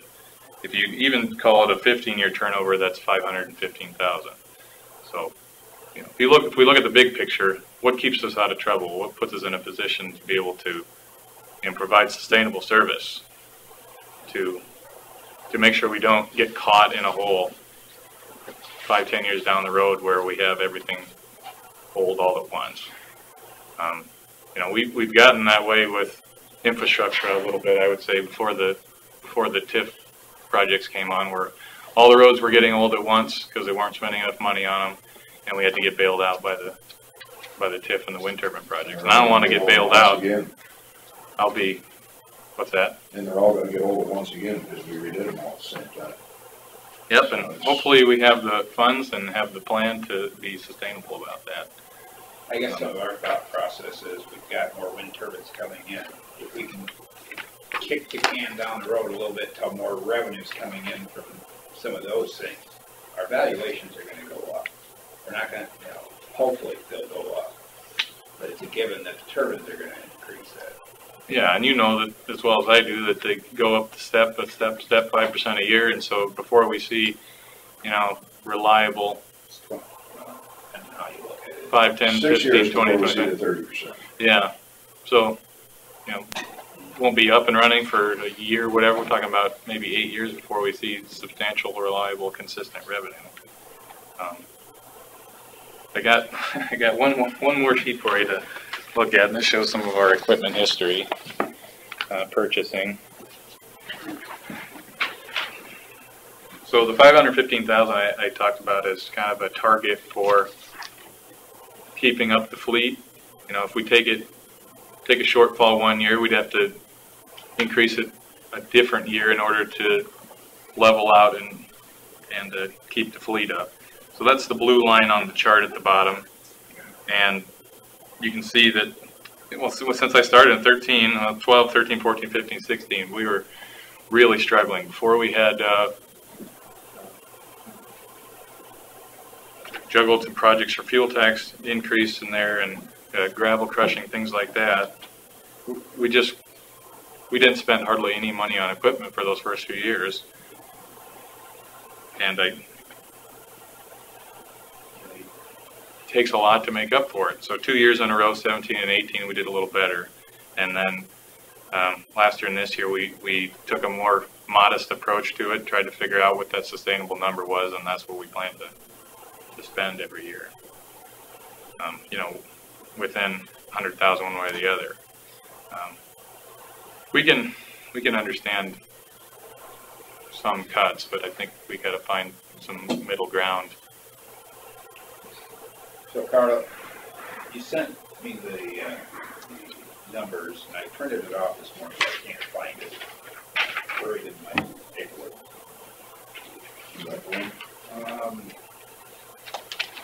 No. It was the levies. The levies. Oh, that I did last night? Yeah. You have that. Yeah, I can go print it, guys. Scott was asking me, so what does that do to it? Yep. Sure, yeah. What's our target levy? And I haven't seen it. I printed this morning, didn't get a chance to look at it. I did some real rough numbers, just $200,000 in the rural, based on the rural valuation, for an average quarter of land. I think we're talking about $100 a year on taxes. So I wonder, you know, is it worth the break of $100 to compromise? Or is it worth just for them not to see them go up 1 year? Yeah, I guess I would propose to look at what using the same levy as last year does, and if that leaves enough room to, you know, backfill our equipment budget, at least partially from what we asked for.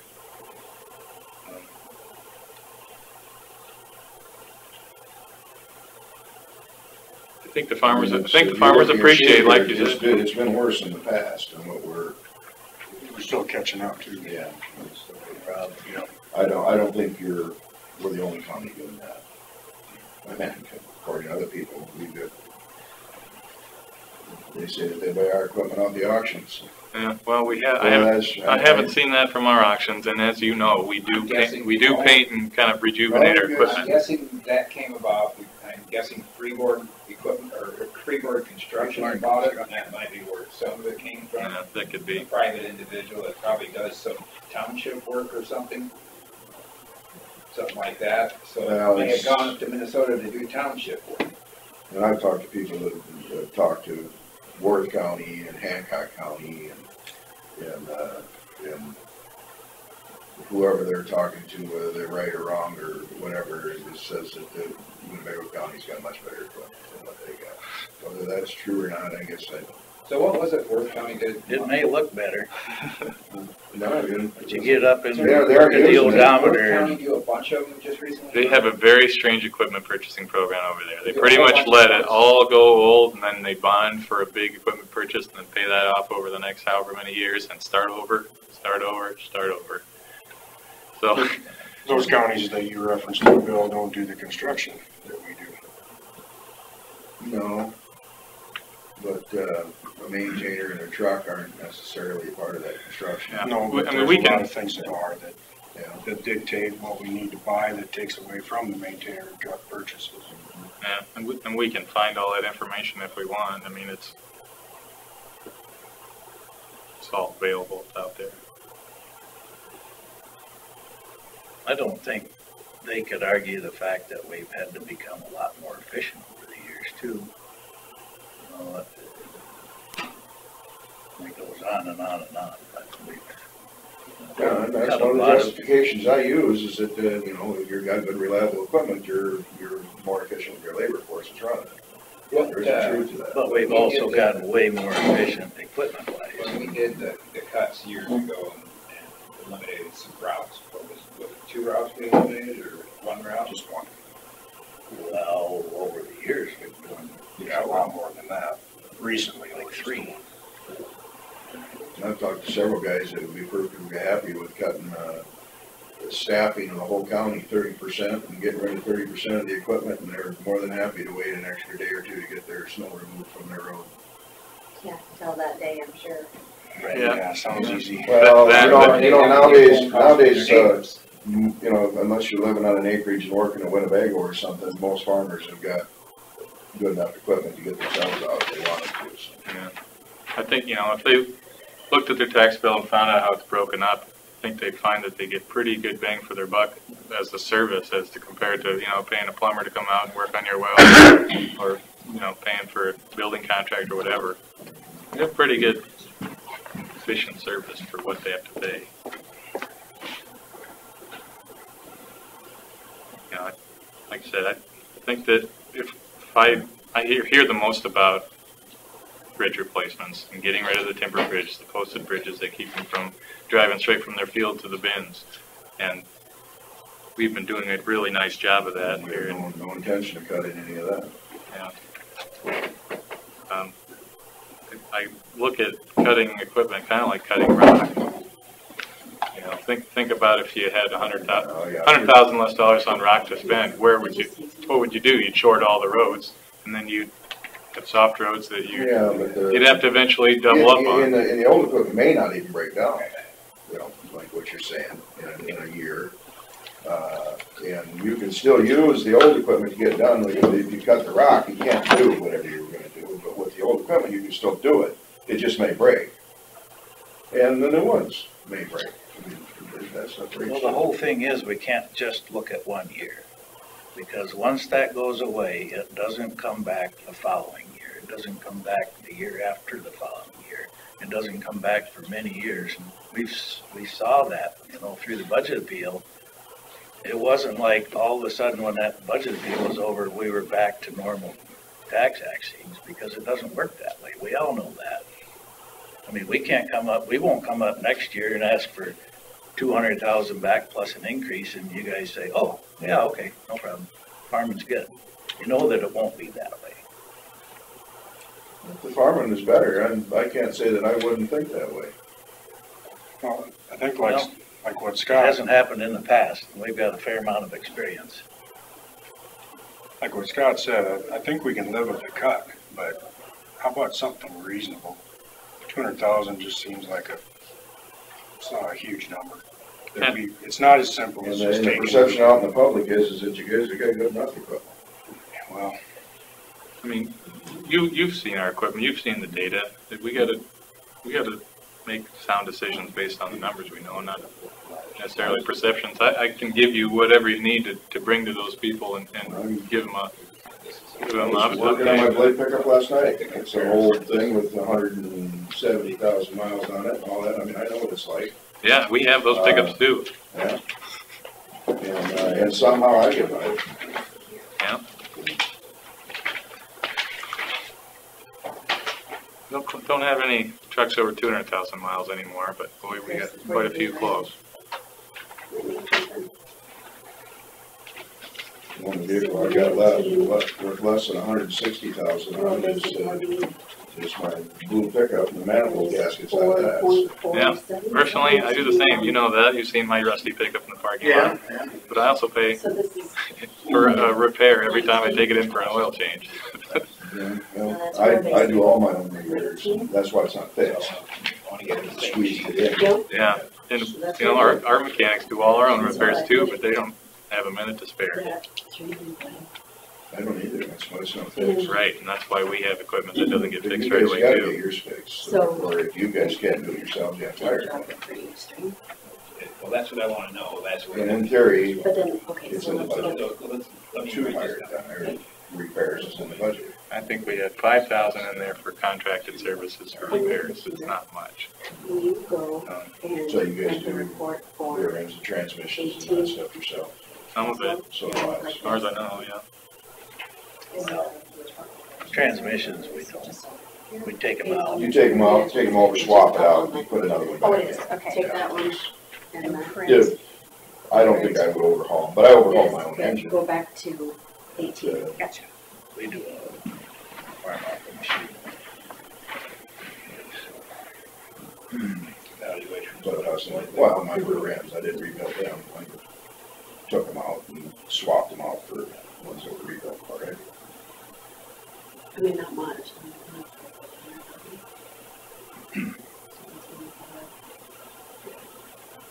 Especially down.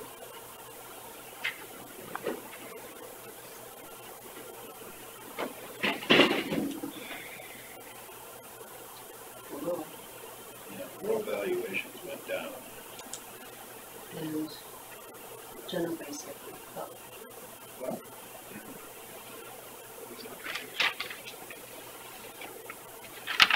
I don't have that sheet printed, but.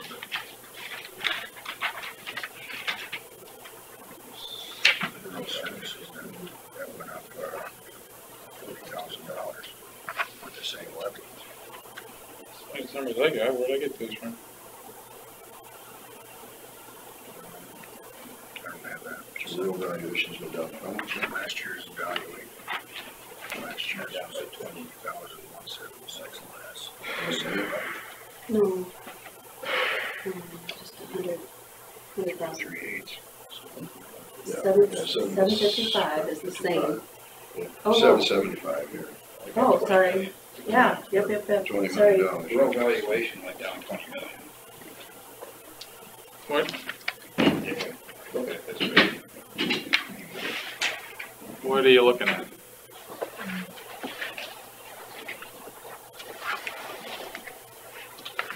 What's this number here, 401? It says the B, all rural services only levies.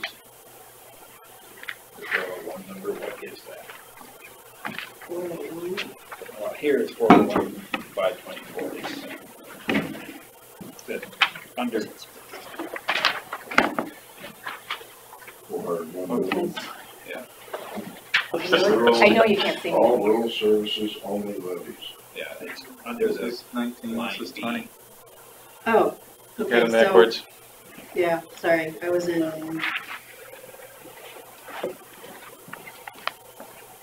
Oh, it went up 20 million. yes. Yeah, right.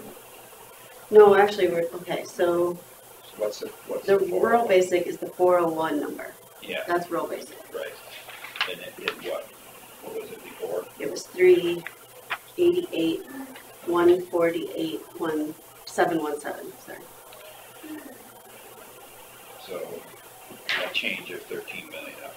Yes, sorry, I was looking at the wrong page. I was looking at mental health.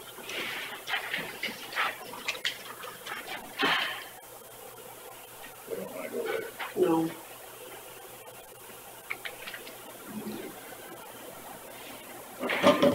That dig in. So did you figure out what everything in your sheets show for rural basic levy or the total rural levy? Just the rural basic levy is what I'm most interested in. So she put it in at 395.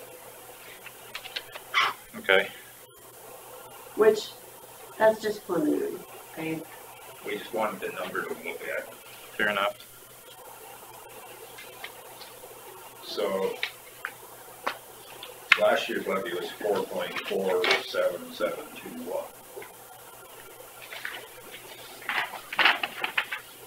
Because I have not received, like, I don't know where we want the levy to end up, but 395 is my starting place just because it's the. Statutory max, yep.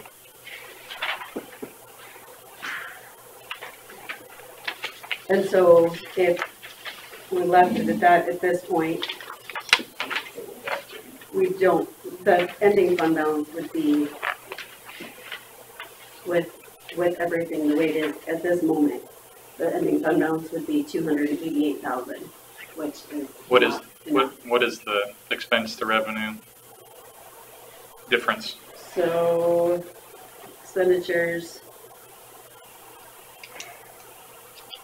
not including transfers, are 587,000.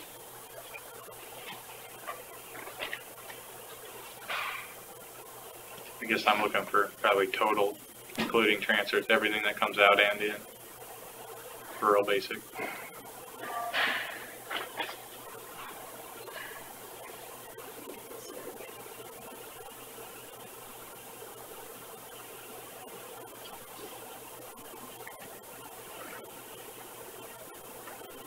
I mean, last year's rural basic levy was the smallest in 1, 2, 3, 4, 5 years. So, pretty good job last year. So it'd be that 587 plus $1,241,078. And the revenue is $1,749,620.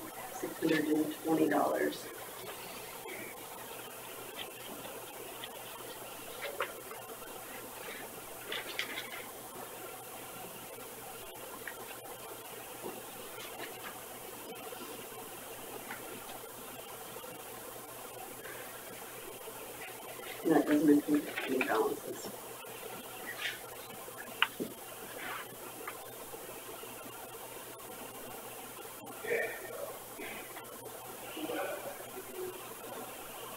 Well, I can appreciate having a strong ending balance in the rural basic fund.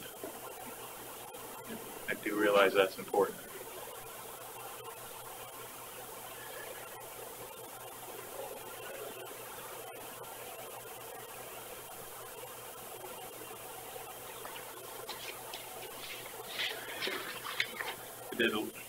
Looked up what we had for rural basic levy over the last 10 years, and it's cycled a little bit. You know, as our fund balance gets low, then we hike it for a few years, and then we try to get back to the 395, and then we do that again and again. So I think if we find, you know, something between 3.95 and we got all the way up to 4.91, find somewhere in the middle, I think that's a pretty justifiable thing. Because, I mean, the cycle tells itself. If you have a couple of short years, you just get in trouble. We can't support our real basic account with that levy unless we make sustainable cuts. Right, we need to have at least, if, you know, we keep our 25% and where it is right now, we need basically 457,000 in order to have a good ending fund balance in real basic. So I just did a quick figure, it's just on the levy for rural basic. If it went from 395 to last year's levy, we increase it just over 200,000. So that's about what we discounted their budget. You said that look through the real basic budget, you guys didn't make a whole lot of notable changes from last year, so you know, there weren't major cuts. The other departments' budgets didn't change very much, so that's kind of what you'd expect, yes.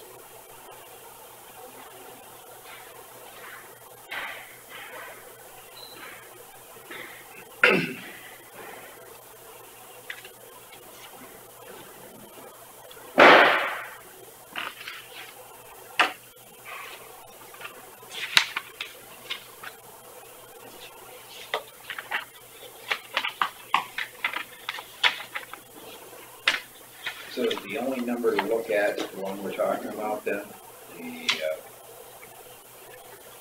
levy on rural basic? Or? What do you mean? Well, that one alone changed the We'll have to look at all of them because I put everything back to the maximum. So I put general basic back to 2.5. Just because I didn't know where to start.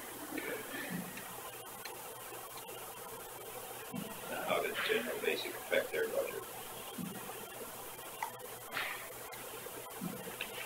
And like what's the ending fund balance or? Right. Yeah, if that's, we need to look at everything because if we leave everything as it is right now, ending fund balance for general basic would be 37,000.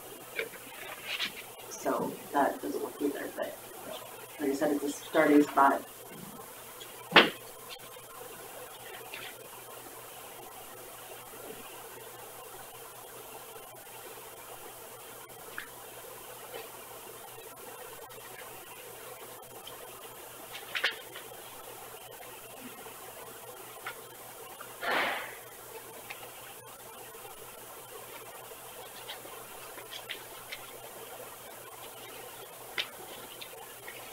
That sheet from last year.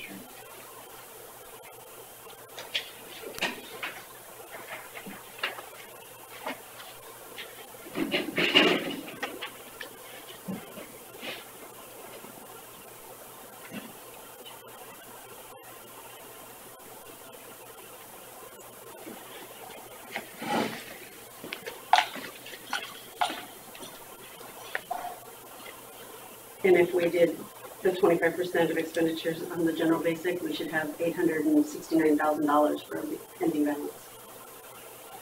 Say that one again. $869,000. I mean, what were you saying before that though? For general basic? If we did what? If we did the 25% of expenditures, which is what ISAC recommends, okay, we need $869,000 for our ending balance. And right now, with the levy sitting where it is, we have $37,000. Right. Been quite a few years since we've reached that. Right, we haven't, It's hard but to make it all back in 1 year. we need to Yes. have more than 37,000. Yes. somewhere in between. Absolutely.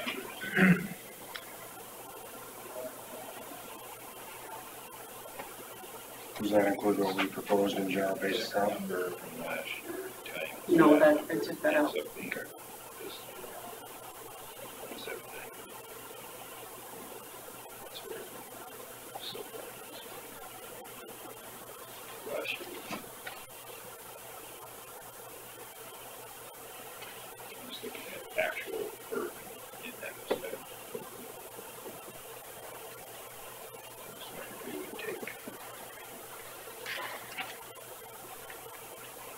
that number, divided by that number to get the number target.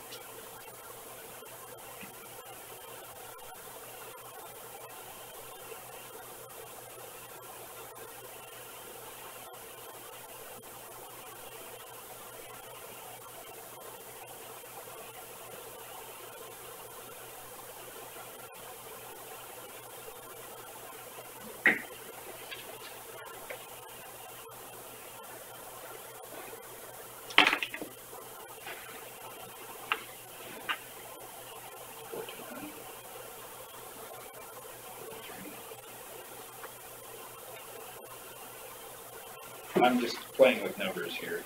If we were targeting a revenue generated in rural basic of last year's 1,725, 1,725,000, if we were targeting that number would end up being with this year's valuations at just under 4.3. So it's just, I like to look at different options, how it affects the budget. I guess I would like that number that the farmers spent on taxes last year to not go up.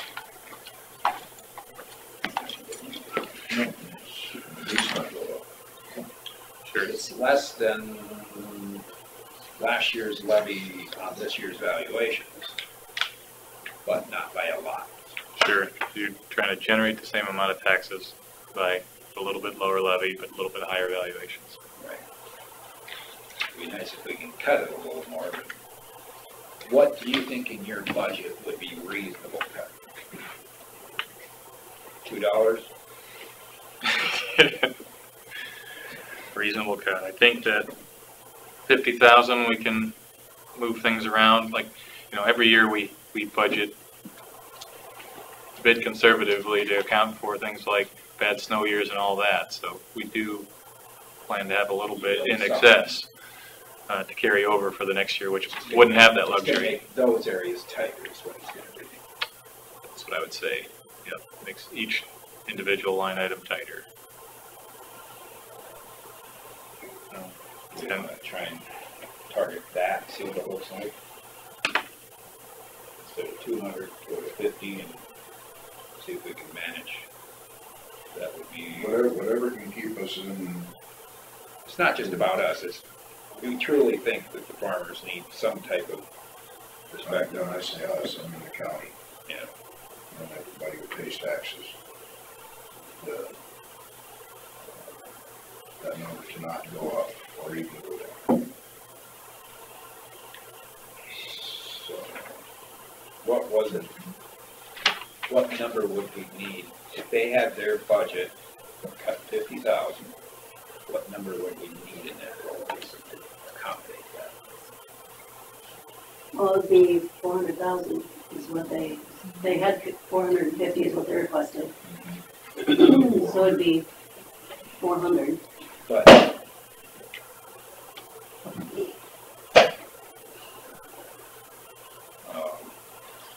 I mean, what does that do to the levy just by itself? What number do we need in the revenue generated?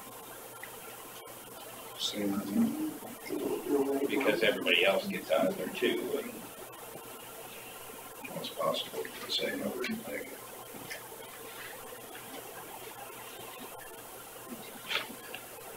We want to shoot for the 4.3 and run that and see how it works in to their budget. Okay. Do that. And accommodate from there, Okay. adjust from there.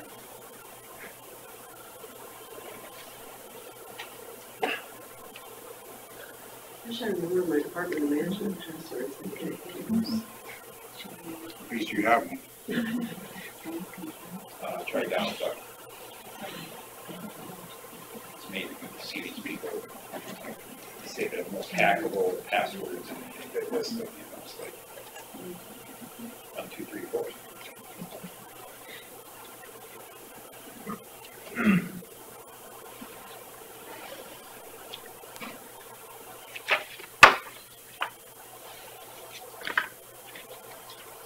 Is it hotter than the depths of hell in here? Is it just me? I'm fine. It's not. You too. My arm sleeves. I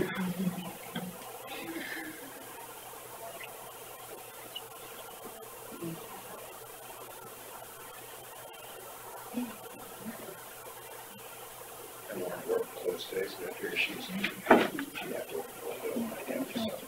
I'm thinking about it right now.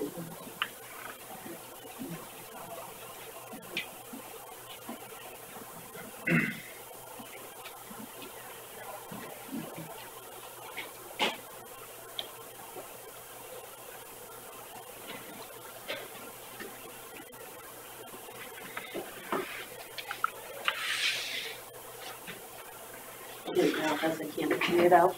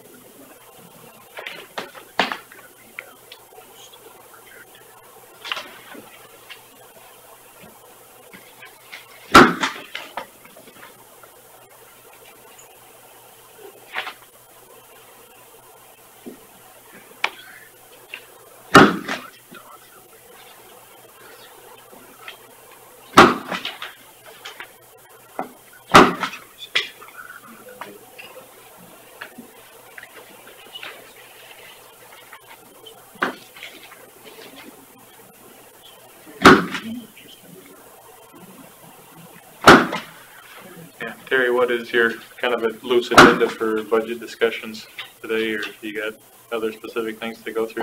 Yeah, it's gonna be trying to set our levy rates and correspond with our budget. Trying to get those numbers locked in, because everything affects everything else. I think that would be the extent of it. I think we know where you're sitting now. We'll probably try to work in that change. Yeah. And see what it looks like, how we can do it, where we have to make those changes. So, yeah, I would say for right now, not gonna be a lot of, just has to get the numbers put in.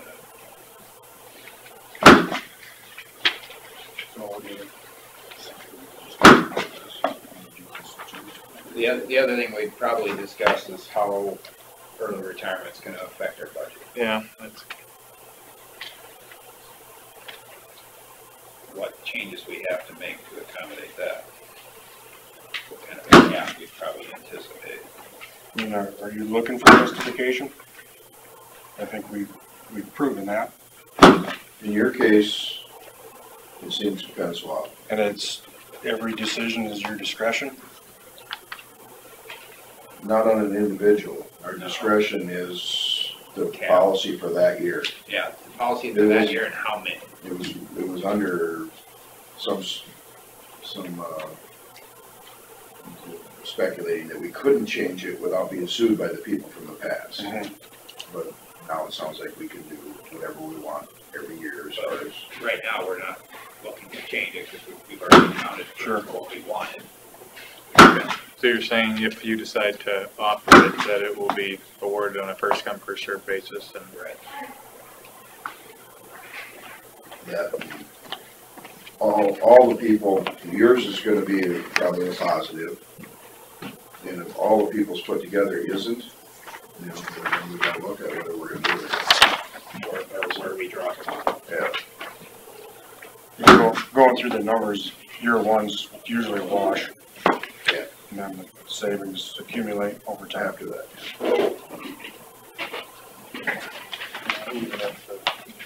Okay, so. Which of the general basic. 12 credits. So this one went up to 4.1, this one up to 4.3. We were at 3.5. These are the maximum. 3.95. So this was just the starting maximum. What was it last year? Last year.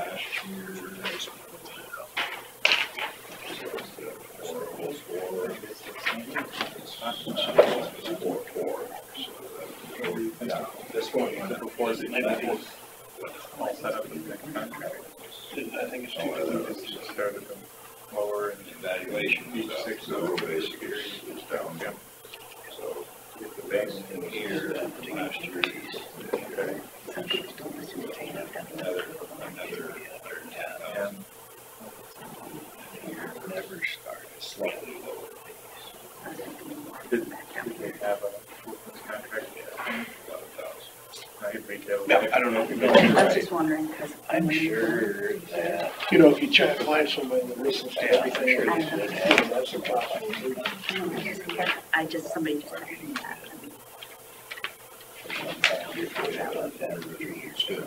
We're trying to get the word out, and I can tell you. I just was wondering, what does this mean for you? is that this, are spelled you out in the following original? where this Is is? that January or February, because this is this February, this is when you're going. You're going right here, right? Tuesday, Sure, Wednesday, we should Thursday. hire somebody and Workmen's Association and Apex says they mix base wage. It should be all right, but, you know, like I said, if you're trying to set it up for people who work for KLW or people who listen to some other. Quite honestly, I can't stand with some of them. I don't read the how. Even when I was there, Like, this the one, only person I know the one you just printed, is a graphic hire you here and then jump in. That I like. Probationary period. Our resume connected to that, and then they don't get that either until. So those meetings are gonna die. Yeah, I don't, Yeah. something. Yeah, no, I didn't know that until someone just, so they must be watching the meeting. The basics just went down slightly, so it might be close. So. You called Chris? I thought, I didn't think of that. 7511. I mean, that I don't know. Hey, Chris, will you go in my office and, close what's, or, just print all of the budget that I just changed? Okay. Thank you. Uh-huh.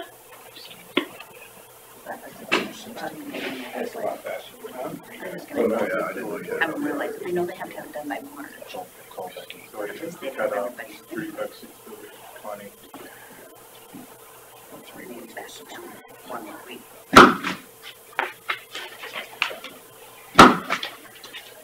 Scott, just a overview on the budget. Last year to this year, overall budget outside of your funded projects. Is it hard to identify, is it up or down? Oh, boy. Do you have a handle on that? Yeah, like you said, it's tricky because we got BR swap funds going in and out.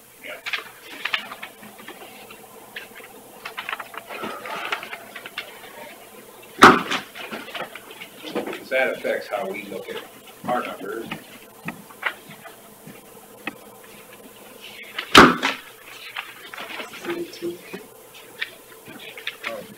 Total expenditures are down 21,000, and the 2 BR projects are already in the revenue, and our total revenues are down 147,000, so. But we were gonna spend down some balance too, right? Yeah. Most of that balance spending down would be done through this budget, through the amendment for the gravel on that project. So, in effect, your ending balance isn't really gonna be your ending balance. I mean, your beginning balance isn't necessarily gonna be that. No. Well, yeah.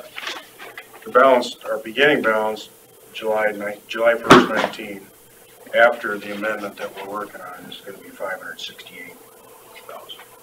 After the 300,000 less since we're paying that second half of the gravel. But that also accounts for the carryover from the prior year. This is more I was going to discuss during our amendment discussion, but like I said, we had some surplus from the prior year, had some expenditures, and they update a few numbers in that. But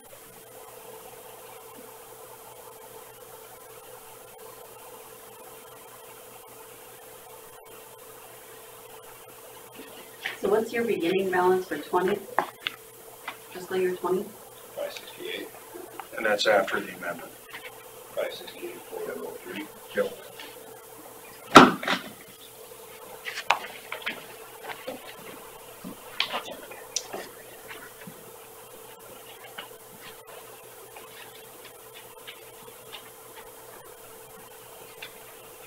Yeah, that's what I want. Okay, so 3 more. Just 2, it's fine.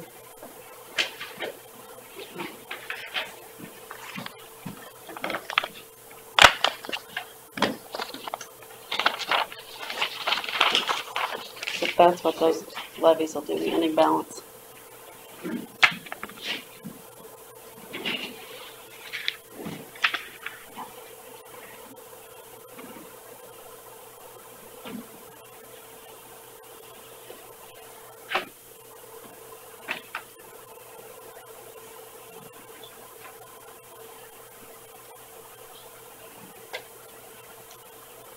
Well, that's not broke.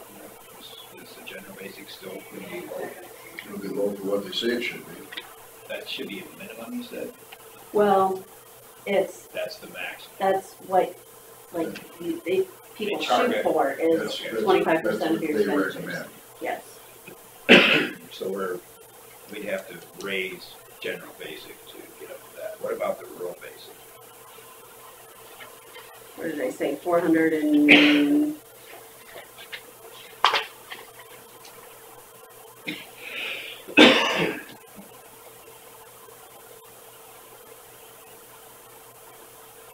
Here it's 429. Would that be pretty close?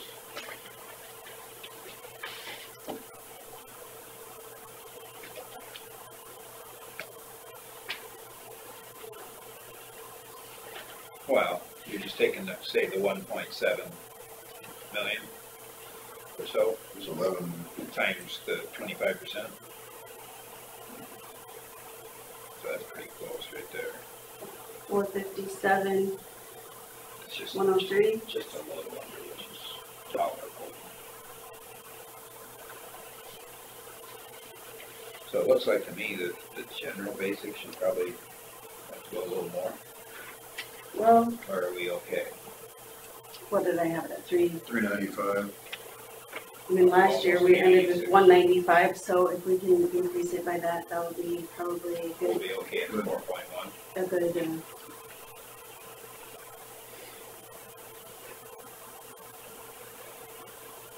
I hate to raise it much more than that. Yeah.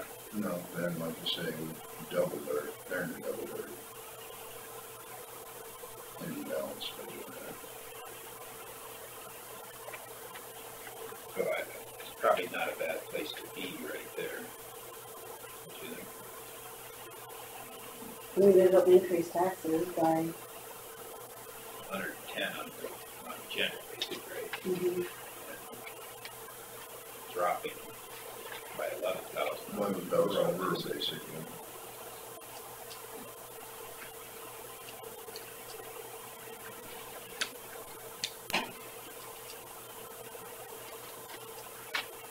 Well, I guess I'm so far comfortable with that.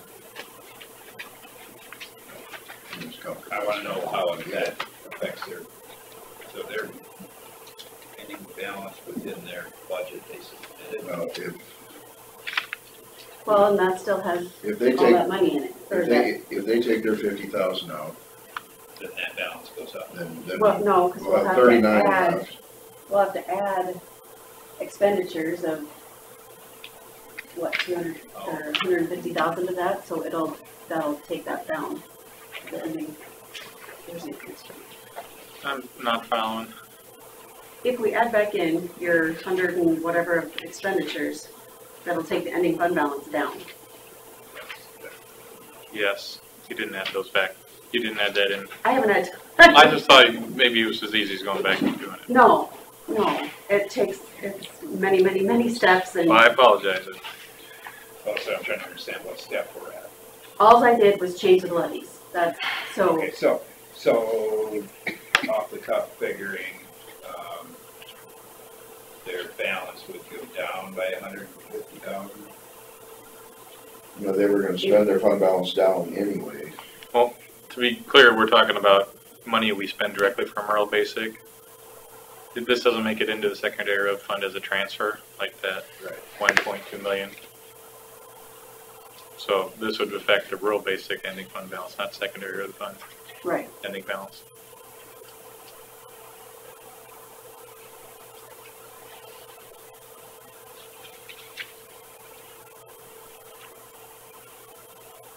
So,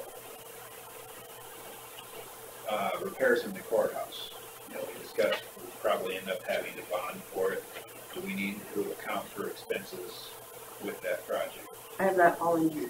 Okay, including payment on the loan? Or do we not have to pay it in this We won't fiscal pay year? it in this fiscal year, we'll pay it in 21. Okay, so it kicks that part of it down the road a year. I believe that's the way the public safety center was. I think first year. Well, we won't have a bill until probably December of 19, or calendar year 19. So that's when we would bond for it. So that's when we would bond for it, and then A we year would later. make the make the first payment due September of 2000. So then we would need to budget for it, so I don't have that in there. September of 2020, fiscal Would year be fiscal 21. year 21, you're right, sorry. So, no, we wouldn't. So we wouldn't budget I for just it. want to make sure we're covering ourselves here. Yep, So you figured the cost and the bonding as a source of revenue. yes, I do have the revenue for the bond proceeds in here. Okay. And I have the expenditure to Dave Randall in here. All right.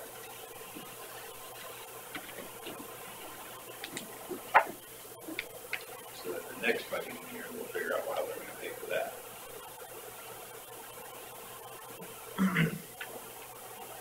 Will we, And if you see, by then, will the ITC Yeah, when does should that be come up? online? That's a utility thing.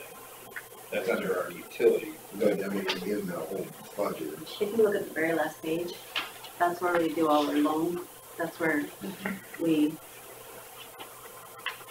so it would be part of that, and it would be its own separate levy for that. yeah. And, let's see, so, how many year was the last courthouse one? That was 5 years? I think so. Looks like it's 61,000 a year into 312, so. If we did a 5-year loan, those payments would be similar. We'd have to account for that. Mm-hmm. Interest rate probably would be high.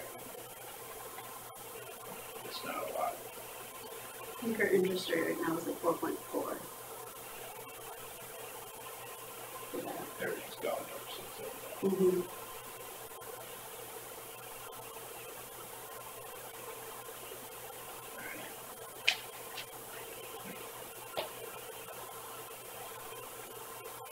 So, I guess we're kind of okay on this part of it, right? Do we need to go back to the early retirement part of it? Because then we would have to put in. Well, what we need to know is the number. Right. And who. Right. And, so. We need to start the process so we can get that. We need to, yeah, and then see who all applies and then what the situations are and figure out whether overall it's gonna be in Winnebago County's best interest to do it or not.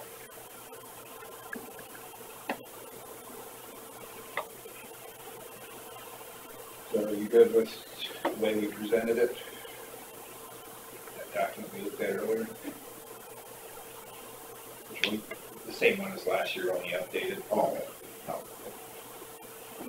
I think I'd like to know how it's gonna affect us. At least offer it so we can, that process. Yeah, no, Be able to the draw document lines. seems to be okay, it's just whether we wanna offer it or not. Right. And where we draw the line to cut it off, type of thing. Okay, so I guess I'll make a motion to approve the proposed early retirement with the revisions for this year. So that we can go through and decide whether it's in our best interest. I'll second. Will you have those forms that were sent out last year then for us to fill out? Yeah, as Do we soon have as to run it by Mike I Galloway? would, just to make sure. Wouldn't take it long. The deadline will still be February 28th, then I assume? I just feel like we need to get the process going so that everybody has a chance to look at it. Okay, now a motion from Derby and a second from Central to offer early retirement contingent on the board justifying these cost savings. All those in favor say aye. Aye. Aye. All those opposed, same sign. Motion carries. You say aye. There's no conflict of interest there, is there? I didn't think you'd hear that. Yeah. I sure did. That's on the record. maybe, Yeah. they might give you power of, you know, I don't know, yeah, not attorney necessarily, no, it's, what do they call that? Yeah, voting by proxy. There you go, something, proxy. Yeah, yeah. Okay, so, throw one away probably. This is the one. This is the newest one.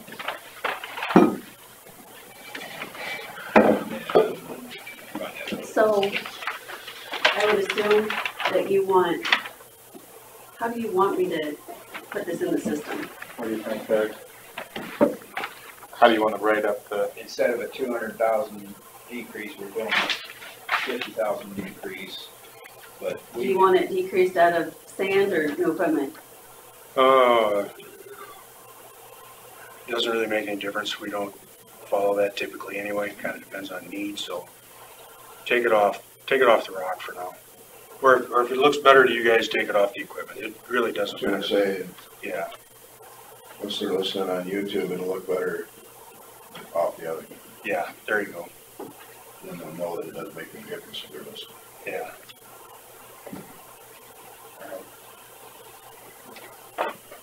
Yeah, either way, we'll, keep our total under the total that we're given, so.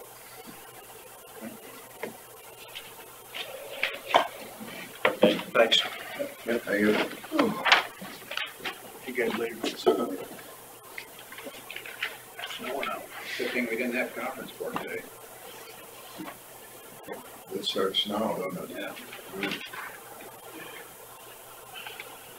Can we jump back up to the public forum thing? Yeah. I was shot a text just a little bit ago. Okay. And I was told, or I was suggested that it's a little too late to advertise in the Lake Mills Graphic about public forums next week. And they don't get their graphic until Wednesday or Thursday. And those meetings are Wednesday and Thursday. So. I did not plan on putting it in the paper. Well, not everyone listens to KIOW and not everyone has Facebook up there. And we were gonna distribute by flyer too. So that was suggested, and then, Then we had to put it in the week before. right. And then if you need my state consultant here to talk about the public health end, she's not available at those times because I shot her an email, and I got her an email. And I know you guys have a certain deadline, you have to have this done, and she did give me some dates. Okay, what are those dates? February 6th, 12th, 9th, and 20th.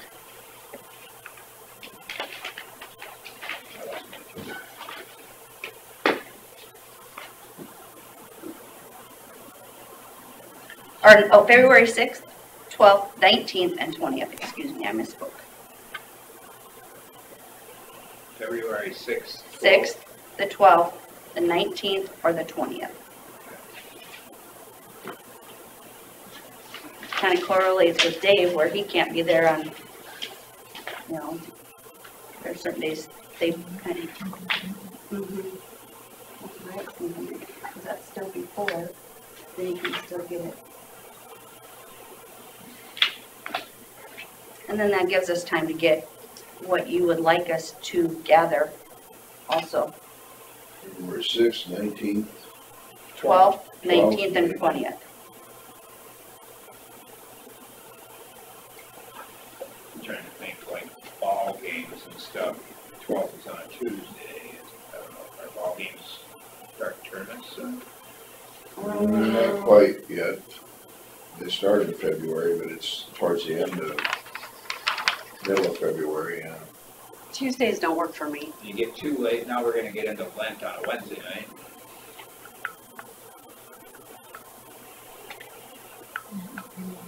Not in February.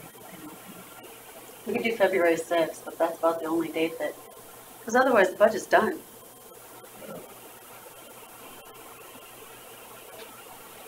Well, the budget's done, but I guess we have the discussion for the next year, I guess, but it's.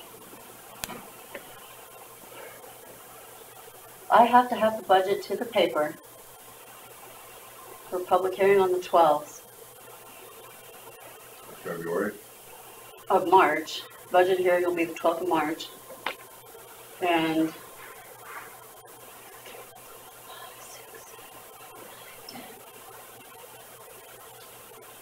so it has to be to the paper by the 21st so that it can be in the paper by the 28th.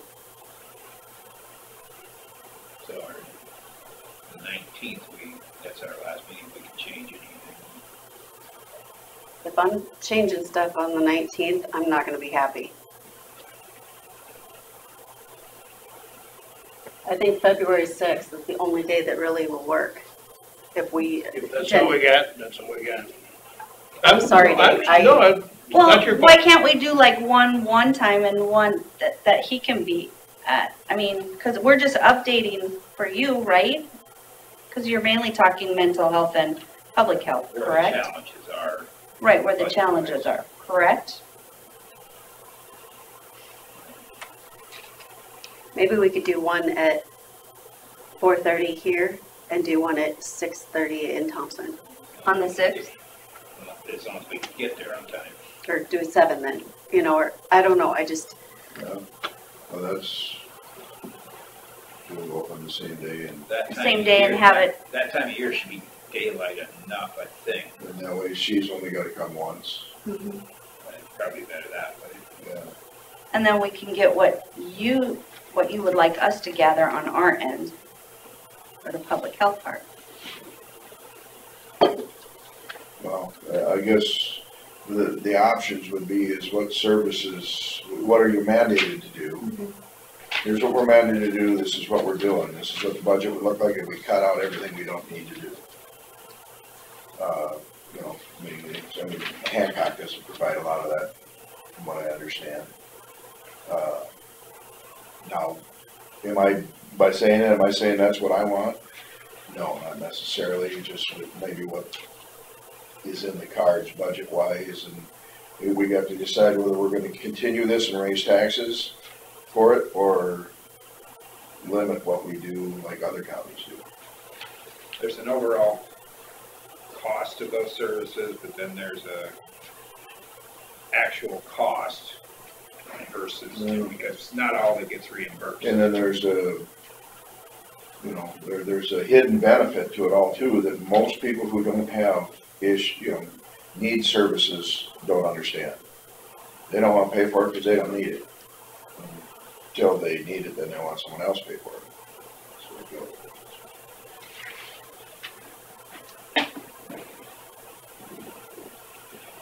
Okay, so are we okay with that then, before I rescind my motion? Yes, do them both on February 6th. Yeah, 4:30 and 7.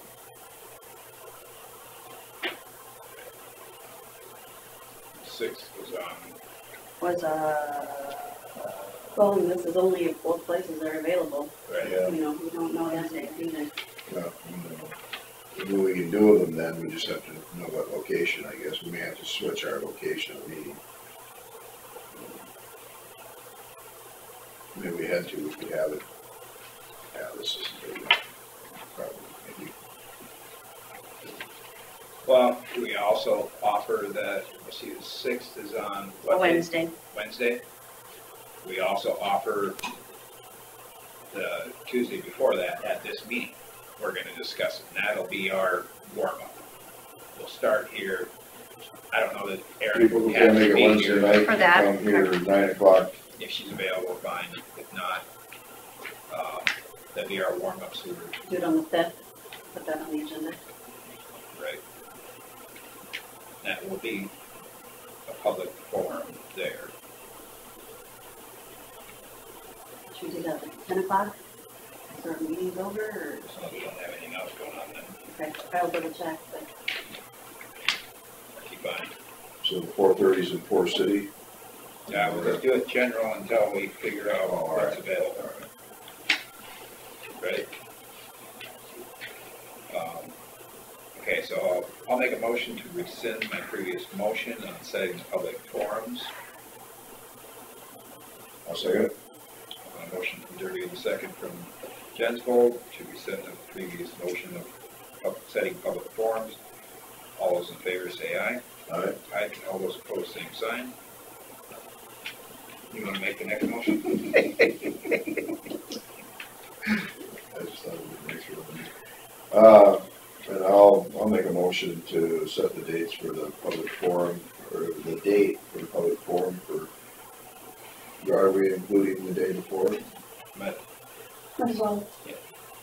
For 10 o'clock, February 5th at the supervisor's office, and then again on February 6th at 4:30 and 7, with locations to be. Hopefully TSB and the Thompson Library and John Stadium. Gives them three options. I'll second it. On a motion from Jens Golden, a second from Derby, to set the new dates for the public forums. All those in favor say aye. Aye. Aye. All those opposed, same sign. Motion carries. Thanks for that, Julie. Well, it just came across my phone and I went, oh, wait. And then I thought, oh, I better text Erin. That number's pretty good. She's the data girl. She seems to know numbers. Process. All right.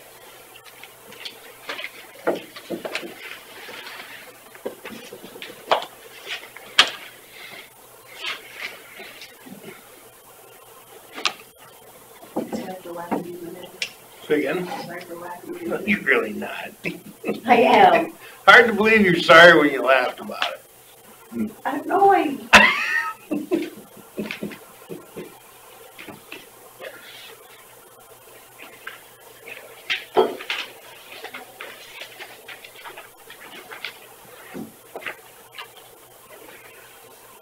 I know it hurts when they don't have any hair back there to protect that little spot. I didn't notice. You can tell it. They're saying. Usually I gotta be at the right angle in the mirror to even see it.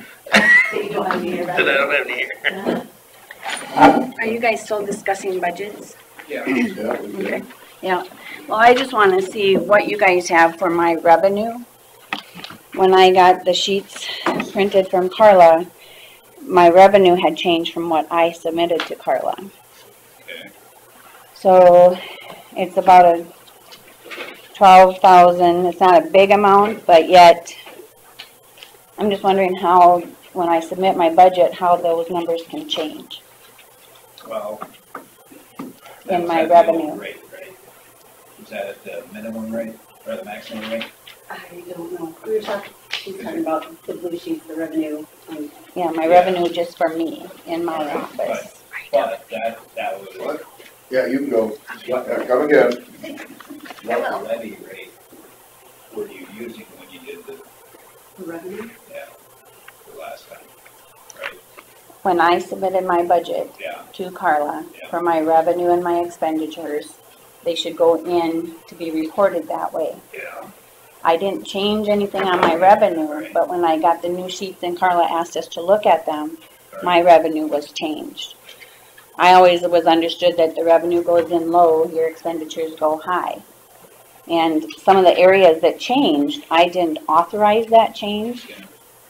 And so I'm just wondering how that happens and if what you guys are looking at for my revenue numbers. This is our original one. Number. So Page here, 12 in the blue. I did not submit that. I submitted 40,000. I didn't submit that. I had 200. This one here I had 20. This one I had at, let's see, 10, or I had 20 on both of these. Yep. 300 on the next one, 4,300 on the next one, 70. And I didn't put anything in that one. Right. And then up here, this was 82. This one. Mm-hmm. And so that would change this down here by about $12,000. It should have been, I believe, 228. This one here, Mhm. was that supposed to be 43,000? Yes, 43,000. Mhm. And the reason it shows high here is because we had a lot of stamped warrants called in here, so the interest was high. I don't think I can justify, if you look back where we were, you know, I put it at 40,000. How are we gonna justify that extra 5,000 if we don't get it? How do we justify the 7,000 here if I don't get it? And maybe it's not a big deal, but my concern is, why do we do a budget and then it gets submitted differently than what I submitted?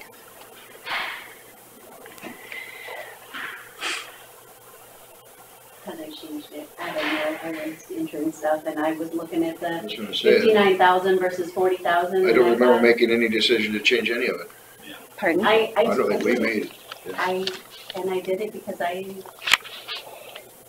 don't know. You I were- can you were change it doing back your though. own estimating, Yeah, I was. so we'll just But I change do it. that with everybody's, so I can change it back if she wants it changed back. Well, I just think we should all be on the same page, and if we're doing our own budgets, I don't think they should be changed unless the board is telling us to change them. And then there's less confusion with everybody's budget. So I just didn't know if that's gonna, you know, $12,290 isn't a big difference, but if it's, I just don't want, you know, we don't want to be too low, but we don't want to be too high. And that's what I was looking at. and I was staying pretty much in the norm of where I was through the past years that are showing here.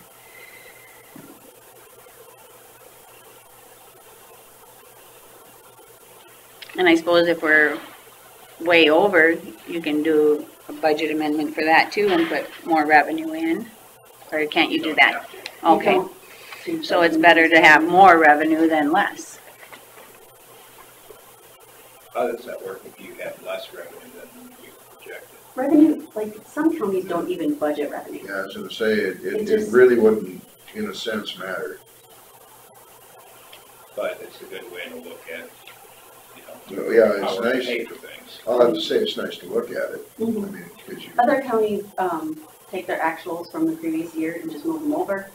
You know, and, you know, if they do it on December 31st, they times it by 2 and But move that over. there's, you know, we've had so many years where we have special projects, you don't wanna do Mhm. last year's. Yeah, I get it. Mhm. Yeah, right. But I just wanted to make sure you guys have the corrected sheet, because you told me yesterday you were gonna correct it for Well, me. I didn't have time. So I just wanted to make sure we were all on the same page and we're looking at the right numbers. All right. And then if you do offer early retirement, then how would I get that? Yeah, for my, I'd have to hire now, and I wouldn't have that in my budget for this year. So would you have to do a budget? Any kind of cushion in there for that.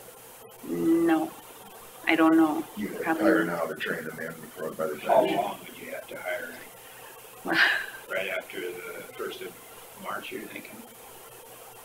Yeah, We won't finalize anything till March, will we? For early retirement. Well, they will decide, they'll turn it in February 28th or sooner, because it's first come, first served, so I would assume that they would want So to it- do it as soon as possible. we're probably gonna be looking at, by the time you advertise, then in March, 2 months to April, May, June, well, April, May, to train in Judy's spot.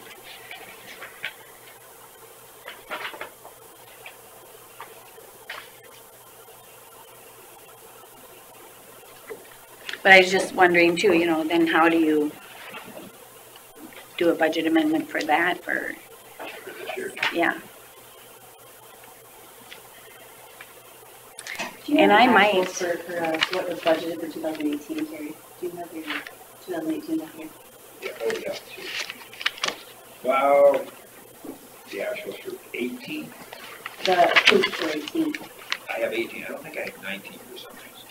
No, this is 19. I have 18 actuals. I don't want actuals, I want approved. Curious about. Okay, yeah, let me look at hers. As long as it didn't change after this point. So what are you asking? I'm asking for 2018 approved. Which, We got 17 approved, which was good too. Let's see.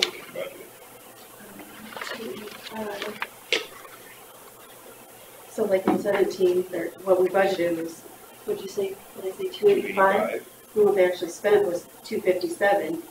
So that's enough salary for a person for a couple months. Was that in 2017 when I had extra help recorded in there? So I didn't have that in this year's budget or last year. Well, there's Sorry. always amendments. And there was an amendment too. And I might- Justify that we didn't spend it that year so we can amend it this year, or? Yeah, and I might have enough too. It changes their, any balances and then it, or any balances are worse than what we anticipated, but. Yeah.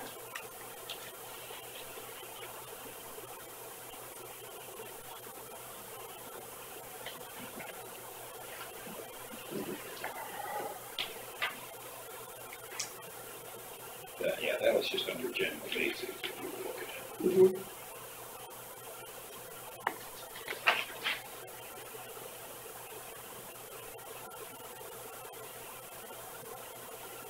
So, for 18, we were going to 290, if that's correct, for general basic, and the actuals were only 245. So we're 45 under there. This year, if we take.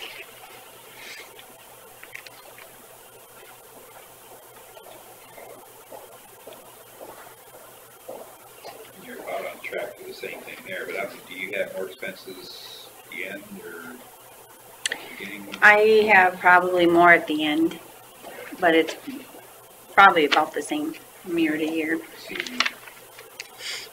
My expenditures don't really change, and this year I've even decreased my expenditures. She's on track to spend 230,000, so. Well, I'm looking at 17, for instance. Okay. Back when we were budgeting, a half year was 157. Actual was 257. So it only went up 100,000 from the first of the year to the end. And that's mainly Really, salaries. That wasn't bad. No. So if we planned on half, that estimate being half, but we're safe. It might be, you might not need a budget amendment. Yeah, that's why I was thinking that, a lot of times I do give back by quite a bit too. She's on track to spend 230,000, if I take what's in here times 7, divided by 12. and All in she- rural basic then. No, general basic. I mean, general basic. So she's got 260 budgeted, so she'd have 30,000 approximate cushion to. And then when you hire somebody, you're gonna have right away the two expenditures of the health benefits. Yeah, we probably need a fixed amendment in general supplemental versus general basic. Depending on what kind of insurance, hopefully single. All right. So you'll just let us know as we go, right? Yeah. Okay. All right, well, I just wanted to make sure we were on the same page with revenue. All right, thank you. Yep. Did I say? At least it was the Are we closing today? No. power, at least it was the meeting was not good intentions, but hopeful thinking as far as the revenues go, because you moved them all out. Well, it would be nice, but I was always told you go into revenue low. And I'm not going real low, because I could even drop it lower, but It makes the end picture look better in a sense. when you, right now, it may not end up better, I mean, but it's. I like to try to stay pretty on track. Thinking. And I just know that one number in 2019 actual looks really good today, but we had a lot of stamped warrants called in, and we don't even have that amount to look forward to next year unless we get some big jobs coming in, and whether they get called in or not makes a big difference. You might not get 60,000 next year. So it's really hard for revenue on that part with the interest rates and things like that.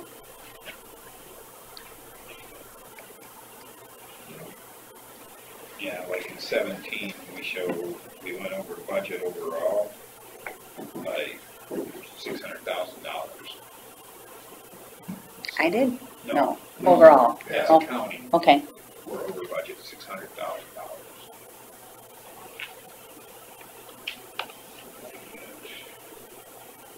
I don't know if that's accurate, but we probably made changes from that, I don't know what our actuals.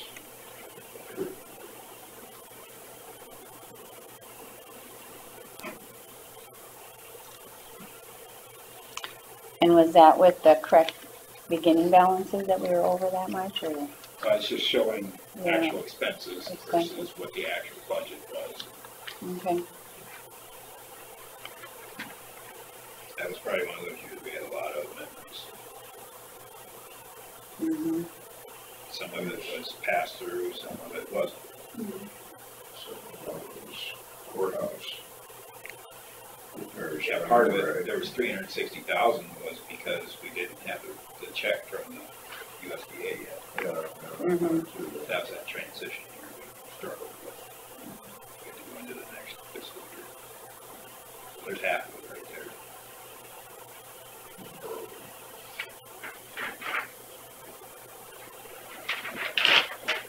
Yeah, we can only hope it gets better. Yeah. You know, but it's nice to hear that you're looking out to try to lower the levies or. At least not raise them. Manage. I would just assume be able to lower them, but not necessarily maybe in the cards. No, but every year helps. And we hear it down there too, you know, when they come in to pay. And a lot of people are looking at their overall tax bill. It could be school, it could be levies for their drainage. Or like the street assessment. Yeah. My taxes went up to 36 or 39% last year for the street assessment. Yeah. I want to look at it that way. And My like, taxes didn't go up that much, but my bill that I had to pay was. yeah, Lake Mills will probably get hit pretty hard too because of Winnebago and North Third. That street assessment should be coming in. That's two big projects there for those people. All right. Well, good luck. Yeah, thank you. Good luck with the weather. Yeah. Okay, so the other thing where did we end up with, say, like the Historical Society? We took that all out. And Jan is not in there. Took that out too. Okay. We're gonna leave it that way. I mean, yeah, I just have a real hard time giving people money away when it's short. I mean, if we were flush with a $1.5 million fund balance or something like that, that, you know, little stuff like that isn't so bad, but I just. Well, previously we justified it that it was discretionary money. Yeah, the tipping fee stuff, yeah. That went away.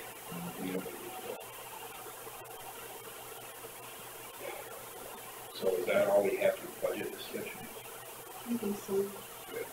I've got the things I need to fix and. Just. Mm-hmm. Shall we finish up the claims?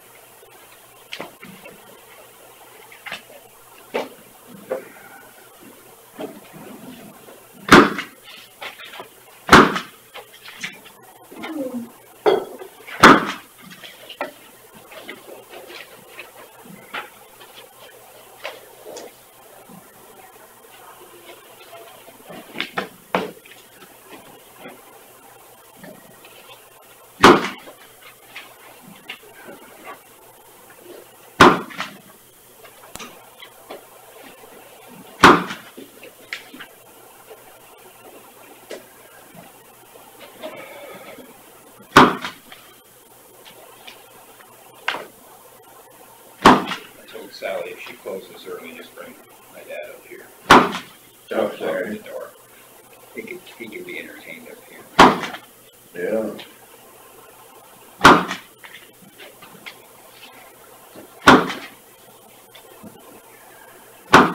Sounds like Sally and Aaron are going to Italy next summer. Italy? Yeah, for that school trip or something. One of Aaron's kids is going, so they're both going.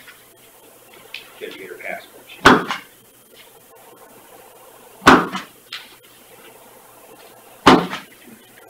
Aaron and her husband are going, I think on Thursday, they're taking off, they're driving all night, upstate New York, trying to get in between the storms. Somebody he knows, retiring from the Army after, Navy after 30 years. Come back by Monday.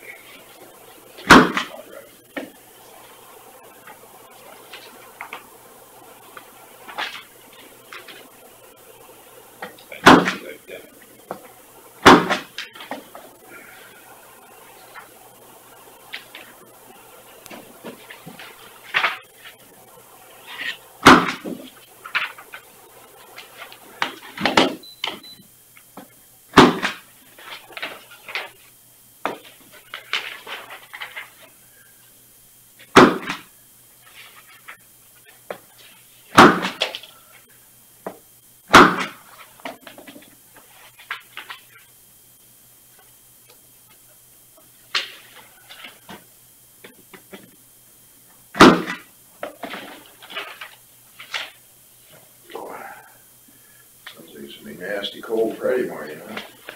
Yeah. 17 below. I'm gonna go up northward, it's a lot warmer. Yeah, good luck with that. Of course. You know what have been, Jason's family, I was talking to them, and one day it was like 10 degrees here, and it was like 25 up there. Yeah. But then we have that wind that makes our...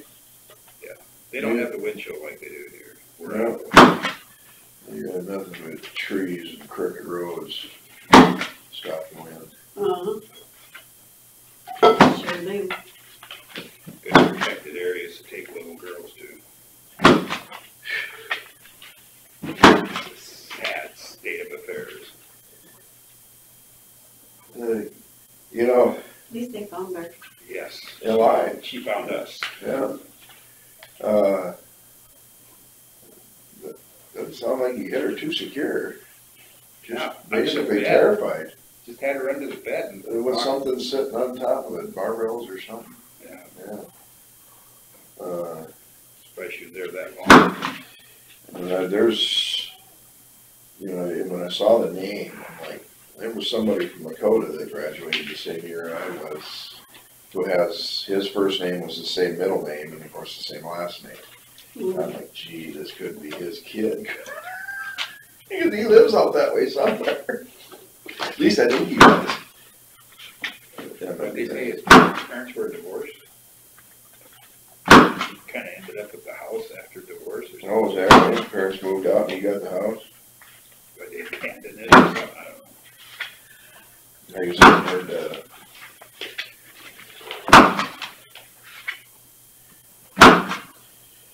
You know, that poor dad isn't there to take care of the situation, but if they'll allow me, I'll take care of it for him. In a legal way, I'm sure.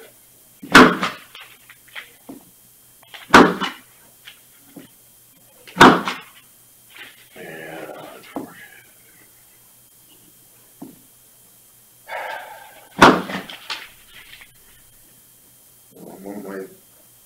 one of Rebecca's friends. Oh crap, I gotta go. Oh, you got Rotary? Mm-hmm. I'll make a motion to approve the payroll claims. I'll second it. A motion from Gentleman and a second from Derby to approve payroll claims. All those in favor say aye. Aye. Aye. All those opposed, same sign. Motion carries. We are adjourned.